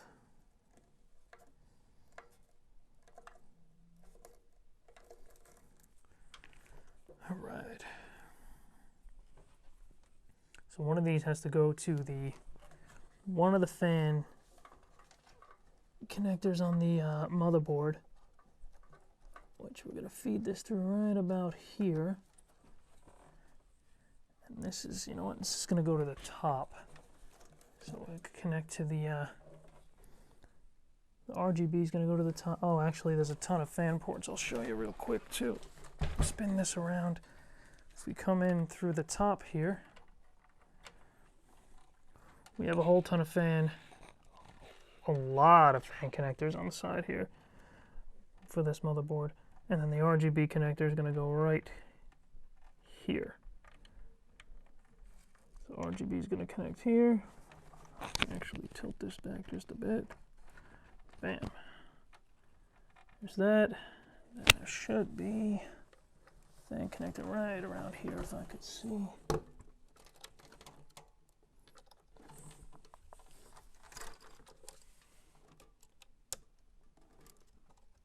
I believe that's in.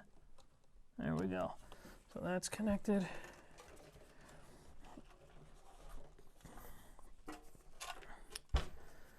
That's one. Oh, it's the fan hub. It's the only fan hub we need, which is nice. But we're gonna need SATA power. SATA power cable. That is. This should be the only one we need. I hope. So we're gonna look for SATA power on the power supply. Just see a SATA one right here. Let's go with this one here. It's in a nice spot. Which doesn't really matter if you use SATA 1, 2, 3, whatever it may be. And then we're going to use this to connect right here. A lot of you guys might be used to these SATA power cables for SSDs, you know, hard drives. But again, we have M.2s in this computer, just 3 of them. So we don't need to power any hard drives. All of these cables here, these are for the hard drive bays. So this big batch of cables here that requires SATA power, we're not going to use. You can remove the hard drive bays. I just don't really have a need for it, so I'm going to leave it. But I don't need that room, so I'm going to leave that there.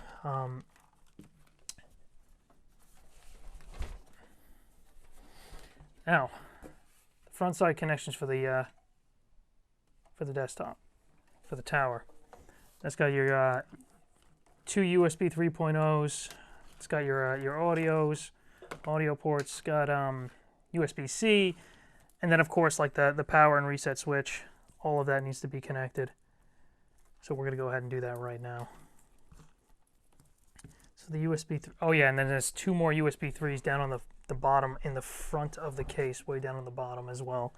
So luckily, this motherboard has 2 USB 3 ports, which is exactly what we need, and that is actually a rarity. You usually don't see 2, but I'm thankful.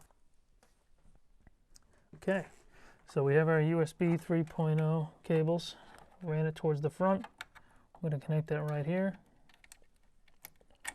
Which these, I've had a problem with them. They always like to fall out. They never really sit too well in there. Trying to get this in now. Oh, almost. Come on. So now, not only do they not fall out, they don't even want to go in this time. Come on. There we go. Yeah, these are pretty tight. I guess that's what they did. They made it kind of hard to get in there because it's such a tight. There we go. Fit. Those actually shouldn't come out. That's pretty good. They're designed without any clips or anything that makes it really hold and connect. So I guess they made this one a lot tighter. So that's good. USB 3.0. I don't like how it's in front of the fan, but it is what it is. I'm not giving up my USB ports for looks. Just not doing that. USB-C. Got that in front here. We're going to connect that. That usually kind of snaps in a bit. Is it in? No. Go in. There we go. Great. This motherboard has an extension for the front side, for the front panel connectors. So let me see. Do I have that in the right way? It might be this way. There we go. So the front panel connectors, there's an extension for it, which makes things easy. Gotta just feed that to the back for now. Fed that to the back. And then we do have our front panel connectors. What the heck did we do with those?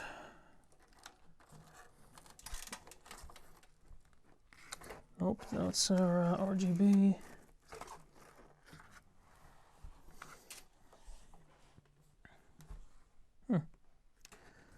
Well, you know what? In the meantime, I'm going to connect our HD audio while we're here at the bottom left.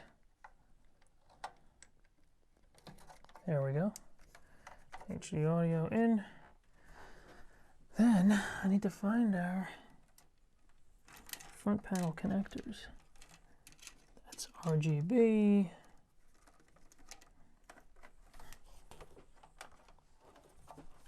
What do we do with that? we're in there.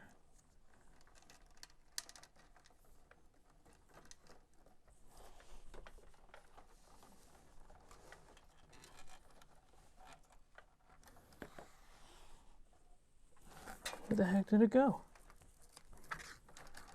Oh, the world of cables. There we are. So we had the extension come through right here. The front panel connectors are all connected into here. We should be able to simply connect it right to the extension, and we should be good to go. If any of those are wrong, the power button won't power up the computer, but we can use the power button on the motherboard itself just to test to see if that might be in the wrong place. So we have a power button here. Could always test with that, just in case it doesn't power on, which just means those cables are in the wrong position, and that's the better issue to have if the computer won't power on. Moving on, we're going to start connecting some of the cables to the power supply. And we're going to get some of this out of the way. I'm going to have to make this as somewhat neat as possible, which is, you're kind of limited to how neat you can make this when there's this many cables, but we can do better than this, that's for sure. Okay. First thing I'm going to do is go all the way to the back of the power supply and connect the main ATX power for the motherboard. So we're in there, and we need one more. Trying to put all these PCI cables through one port, which is definitely making this difficult, but it should look neater in the front and pretty messy in the back once it's completed. Okay, so that's in. Now we're going for the PCI Express, or as the CPU or the power supply calls it, VGA, which is fine. Apparently there's 6 of these cables included with this power supply. That is actually pretty insane. Just looking in SATA for the RGB. I'm going to get that as well. Gotta remember to connect that.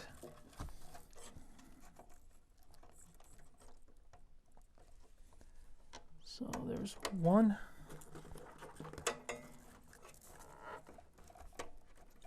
2.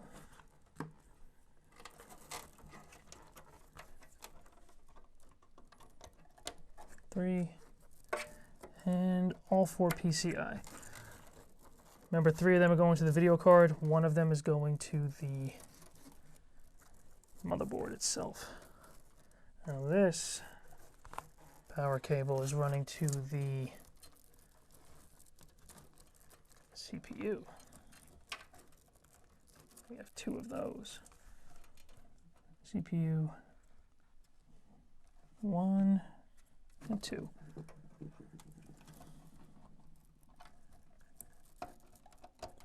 This is going to be a photo finish when we go to close this case. Let's see if we can actually get this thing closed. All right, 2 CPU cables in. Next step is our SATA for RGB, and this is going to run into the case as well for RGB connection for the lights on the case, and the fans are connected elsewhere because there's 2 RGB ports on the monitor, and I am thankful for that. So I want to go around the middle here. I'm going to try to just run this here. I'm going to shoot for around the middle of the case, right around here. If I come out here, I should be able to connect to that. RGB header right there. That is the wrong way. I'm going to flip this. And should we go. RGB, good. Another thing I want to do before I forget, because this is going to require power as well, is the pump. Let's go ahead and connect that. Never right the first time. Always got to flip every cable. Okay. So this is going to run to the CPU fan header right here. CPU fan header right there. I'm going to try to kind of hide this a little bit like that. It actually should look okay. The only thing I hate is these cables have to run across the RAM, so we're going to probably have to go up and around, because most of these I'm not going to use. I'm going to use this for sure. I'm going to go up in here, I think, although the spacing is kind of limited up here with the CPU cables in there. I'm going to come up and around here.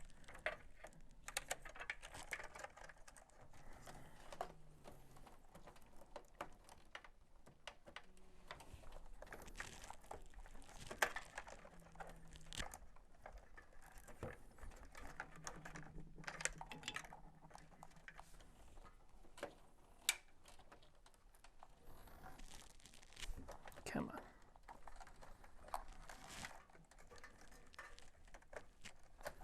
All right.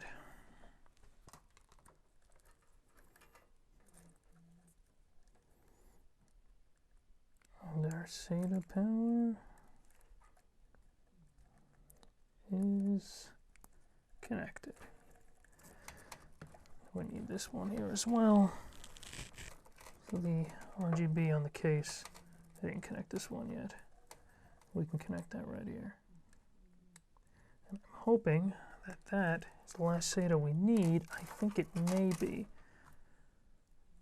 And then one final thing for the pump would be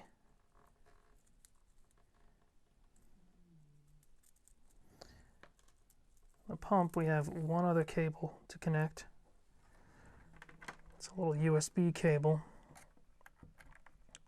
And that is to control the software for the pump, to add the images, whatever the heck you want to add on there. And that's going to connect to the USB header, which is right here.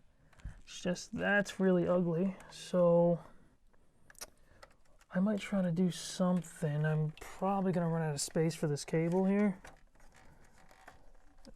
I don't know.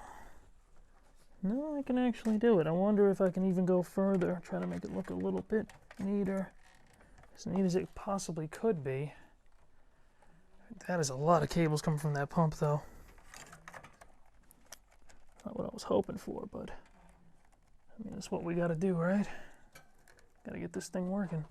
So I'm going to come back out in the front here, near the USB 3.0, connect to the 2.0 header. And thankfully this case doesn't have any USB 2.0, so I can use this header for the pump. Okay, so tied a heck of a ton of cables together and did as much cable management as possible.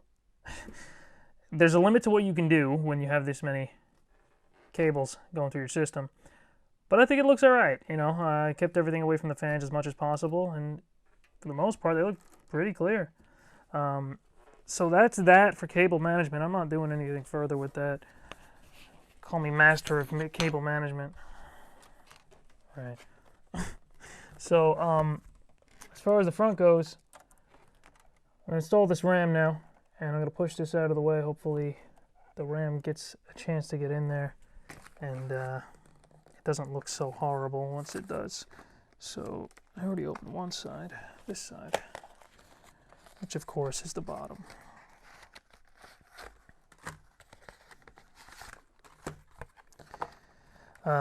Again, I said at the beginning of the video, but just to state them again, DDR 4000, cast latency 5. So 4000 15. So CL15 right there. Be careful of that. Make sure you're looking at the cast latency for your RAM as well, and not just the speed. That's actually quite important. You can look up some benchmarks on that and stuff and see the difference. Maybe we'll get the chance to do that one day, and you can see the difference between, you know, the same speed RAM, but with different cast latencies. That's definitely something you want to look into. Anyway, let's go ahead and get this installed. And of course, they're RGB because, you know, RGB faster. Putting this dust filter back in place. And then I'm going to tip this over so I can put that RAM in. One other thing, when you're dealing with, when you have a Ryzen CPU, make sure you use all 4 DIMM slots. They get a substantially higher performance boost when you have all DIMM slots used. Intel, it's not as much of a gain. You know, you can still get a gain, but AMD is just a pretty substantial increase when all 4 DIMM slots are used. And you're not going to find a motherboard for AMD with 8 DIMM slots at this time. Maybe one day we get there, but not right now. So 32 gigabyte kit. So that's more than enough for me.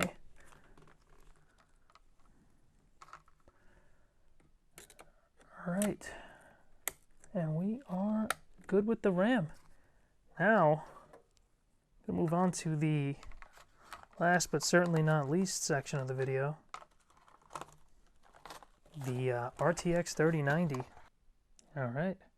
RTX 3090 Extreme from Gigabyte. Let's go ahead and open it for the first time. Magnetic.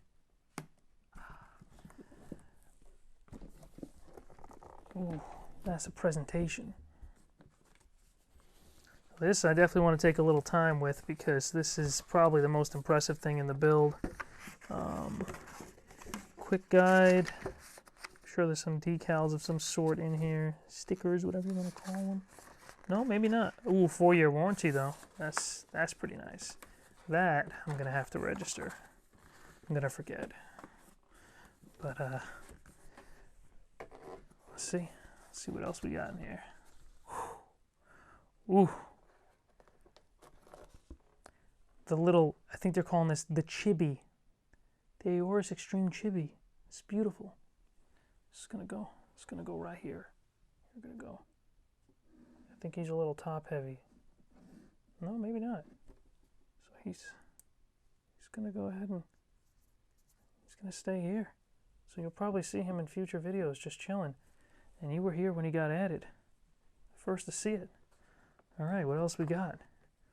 The Aorus badge, which is a nice, one of the more like thick metallic decals. Okay. When I said earlier that this thing was big, I was not exaggerating about the size of this thing. This is a hefty video card. Let's pull it out, shall we?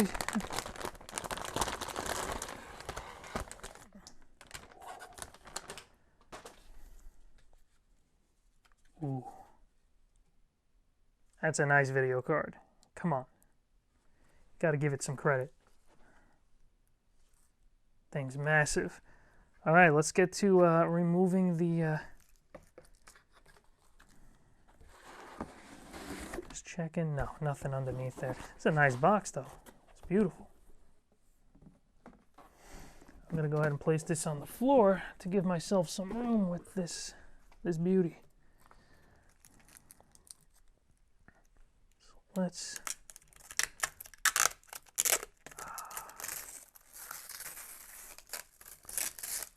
Satisfying.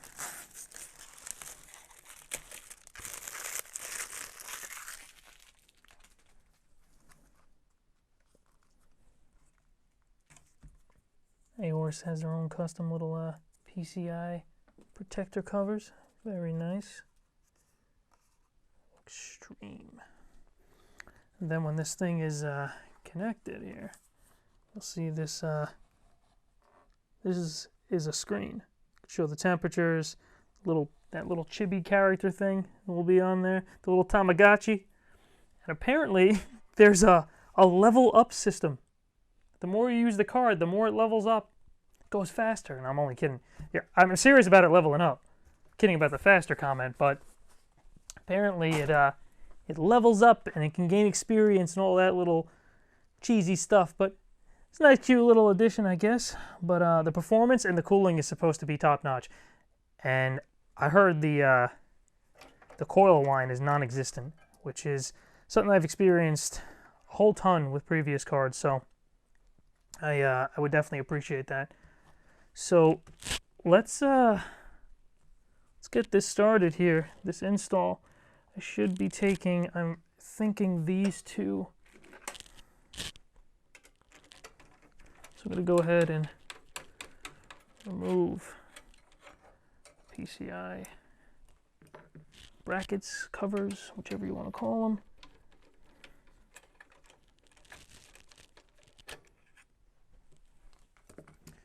Let's see. One thing I'm actually concerned about with this card is is it sagging. That it's so heavy that it would sag, but I do have something ready for that, a support bracket if I have to.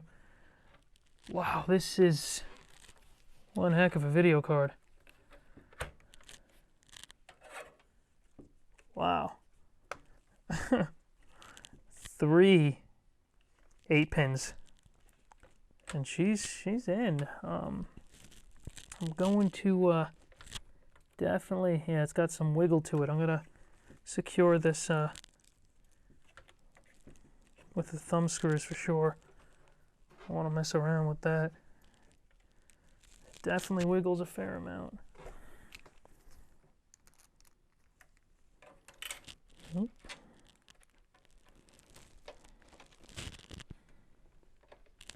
Can't really get my hand in there, so this thumb screw is going to go in with a screwdriver.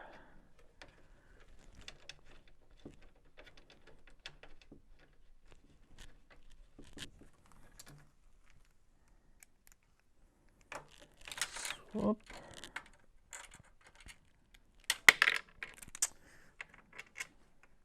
Figures. Third time's a charm? Or will it take a fourth? 3.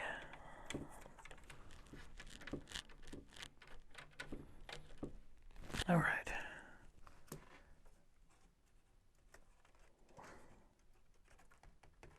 It's well built, but it's got some weight, that's for sure. So let's go ahead and one thing I don't want to do is block the screen with these, you know? I don't want to do that.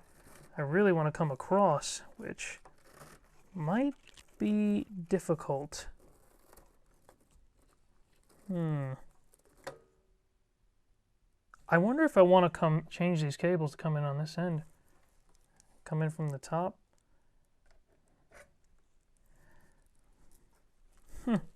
I might actually do that, but that's going to be a bit of a pain in the neck now to pull these cables in. You know, might not be so bad. Let's see.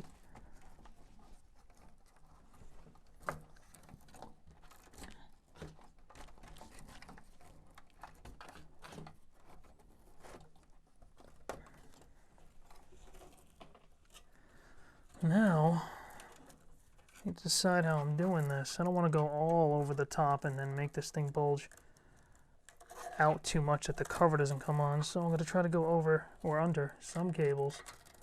You know, try to go in the back here. Did not realize I'd be coming so far up from the bottom to the card, you know. So this definitely changes the design a bit of what I want to do here.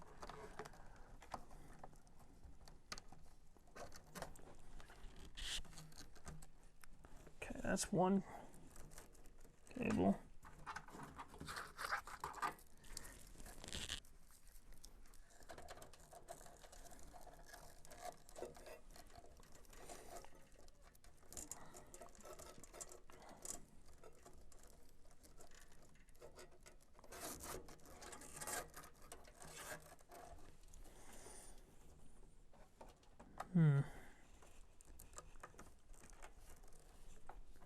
heck am I gonna do this?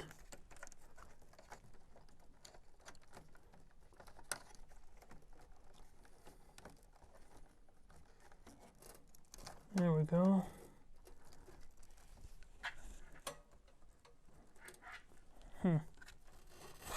Ooh, there we go. I got some length. And then one more. Last one. 3 8-pin. This baby draws a lot of power. Remember when they said 850 watt was going to be enough for the 3090, and then now they're talking about the cards pulling almost 500 watts by themselves. So yeah, that's 850 ain't gonna cut it for higher end 3090s. You might get away with it with one of the lower end models of the 3090, but or the baseline models. But some of these other higher ones, like this one and the Strix, they're gonna be pulling some additional power. Plus, you know, you want some room to overclock. Because if you're buying any part like this, you're overclocking it, right? Like that's what you're doing. So all right, let's get this baby connected. This is the first time I'm ever feeding PCI cables like this from the top of a video card. I normally come under or around the side, but I don't want to block. And also, this is the first time I've ever had a video card with a nice little screen on it, so I definitely don't want to block that. Gotta show it some love. Gotta respect the screen. Alright, second one.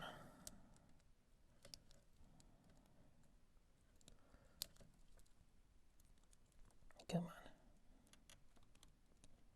Trying to latch this kind of together.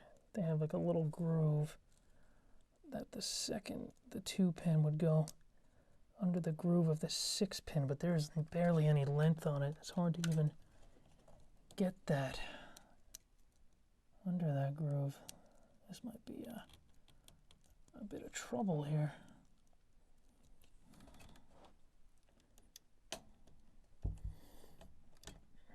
Come on.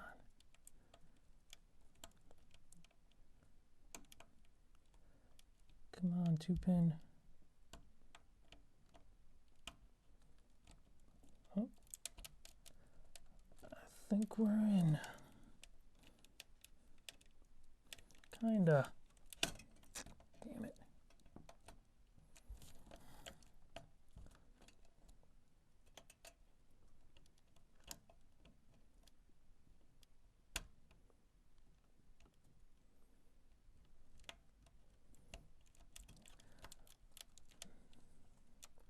Wow, that is really, really tough to get in without the 6-pin going in first. There we go. There we go. All right. Yeah, they barely give any length on here at the end. This one's at least a little longer, this 2-pin. All right, this one should be a fair amount easier. Yep, that was very simple. Okay, let me pull these back just a little bit here. Let's see what I can do to kind of clean up the look just a bit. Honestly, I don't think it looks that bad. Cables kind of match together, you know? Not bad.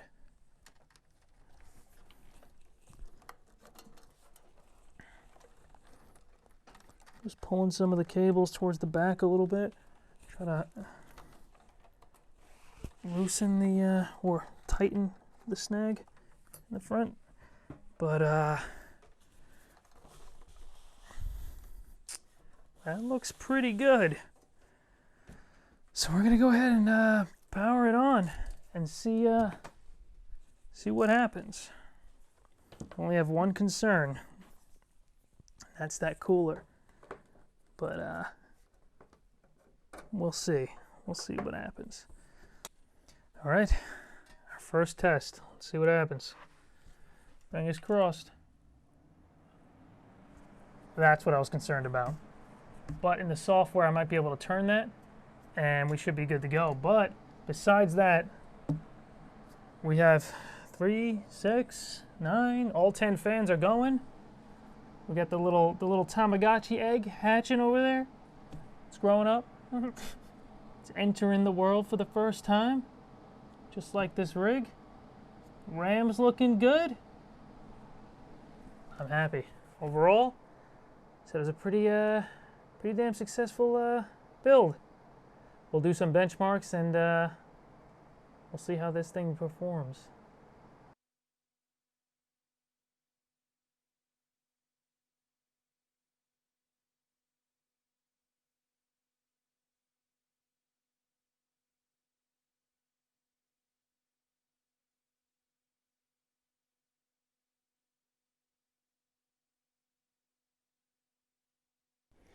Hope you guys enjoyed that video. If you have any questions or comments about the build, the process, anything, you need help with your build, feel free to leave a comment or join the channel's Discord. We'll have it below in the description. And then, as always, remember to like, subscribe, hit that little bell if you want the notification for when we drop a new video. And one thing before we go, you may have noticed a little something in the corner of the video during the recording. I'm going to go ahead and grab that. To celebrate the launch of the channel, we're going to be giving away this bad boy. RTX 3080, PNY, XLR8 gaming powered by PNY, triple fan, and all that stuff. All that good stuff. So if you want to enter, you want to win this thing, take it home, head to oathboundgaming.com. Our website will have a ton of content, videos, all links to any social media if you're into that stuff, our Discord, and of course the giveaway. So thanks for watching. I'll see you in the next video.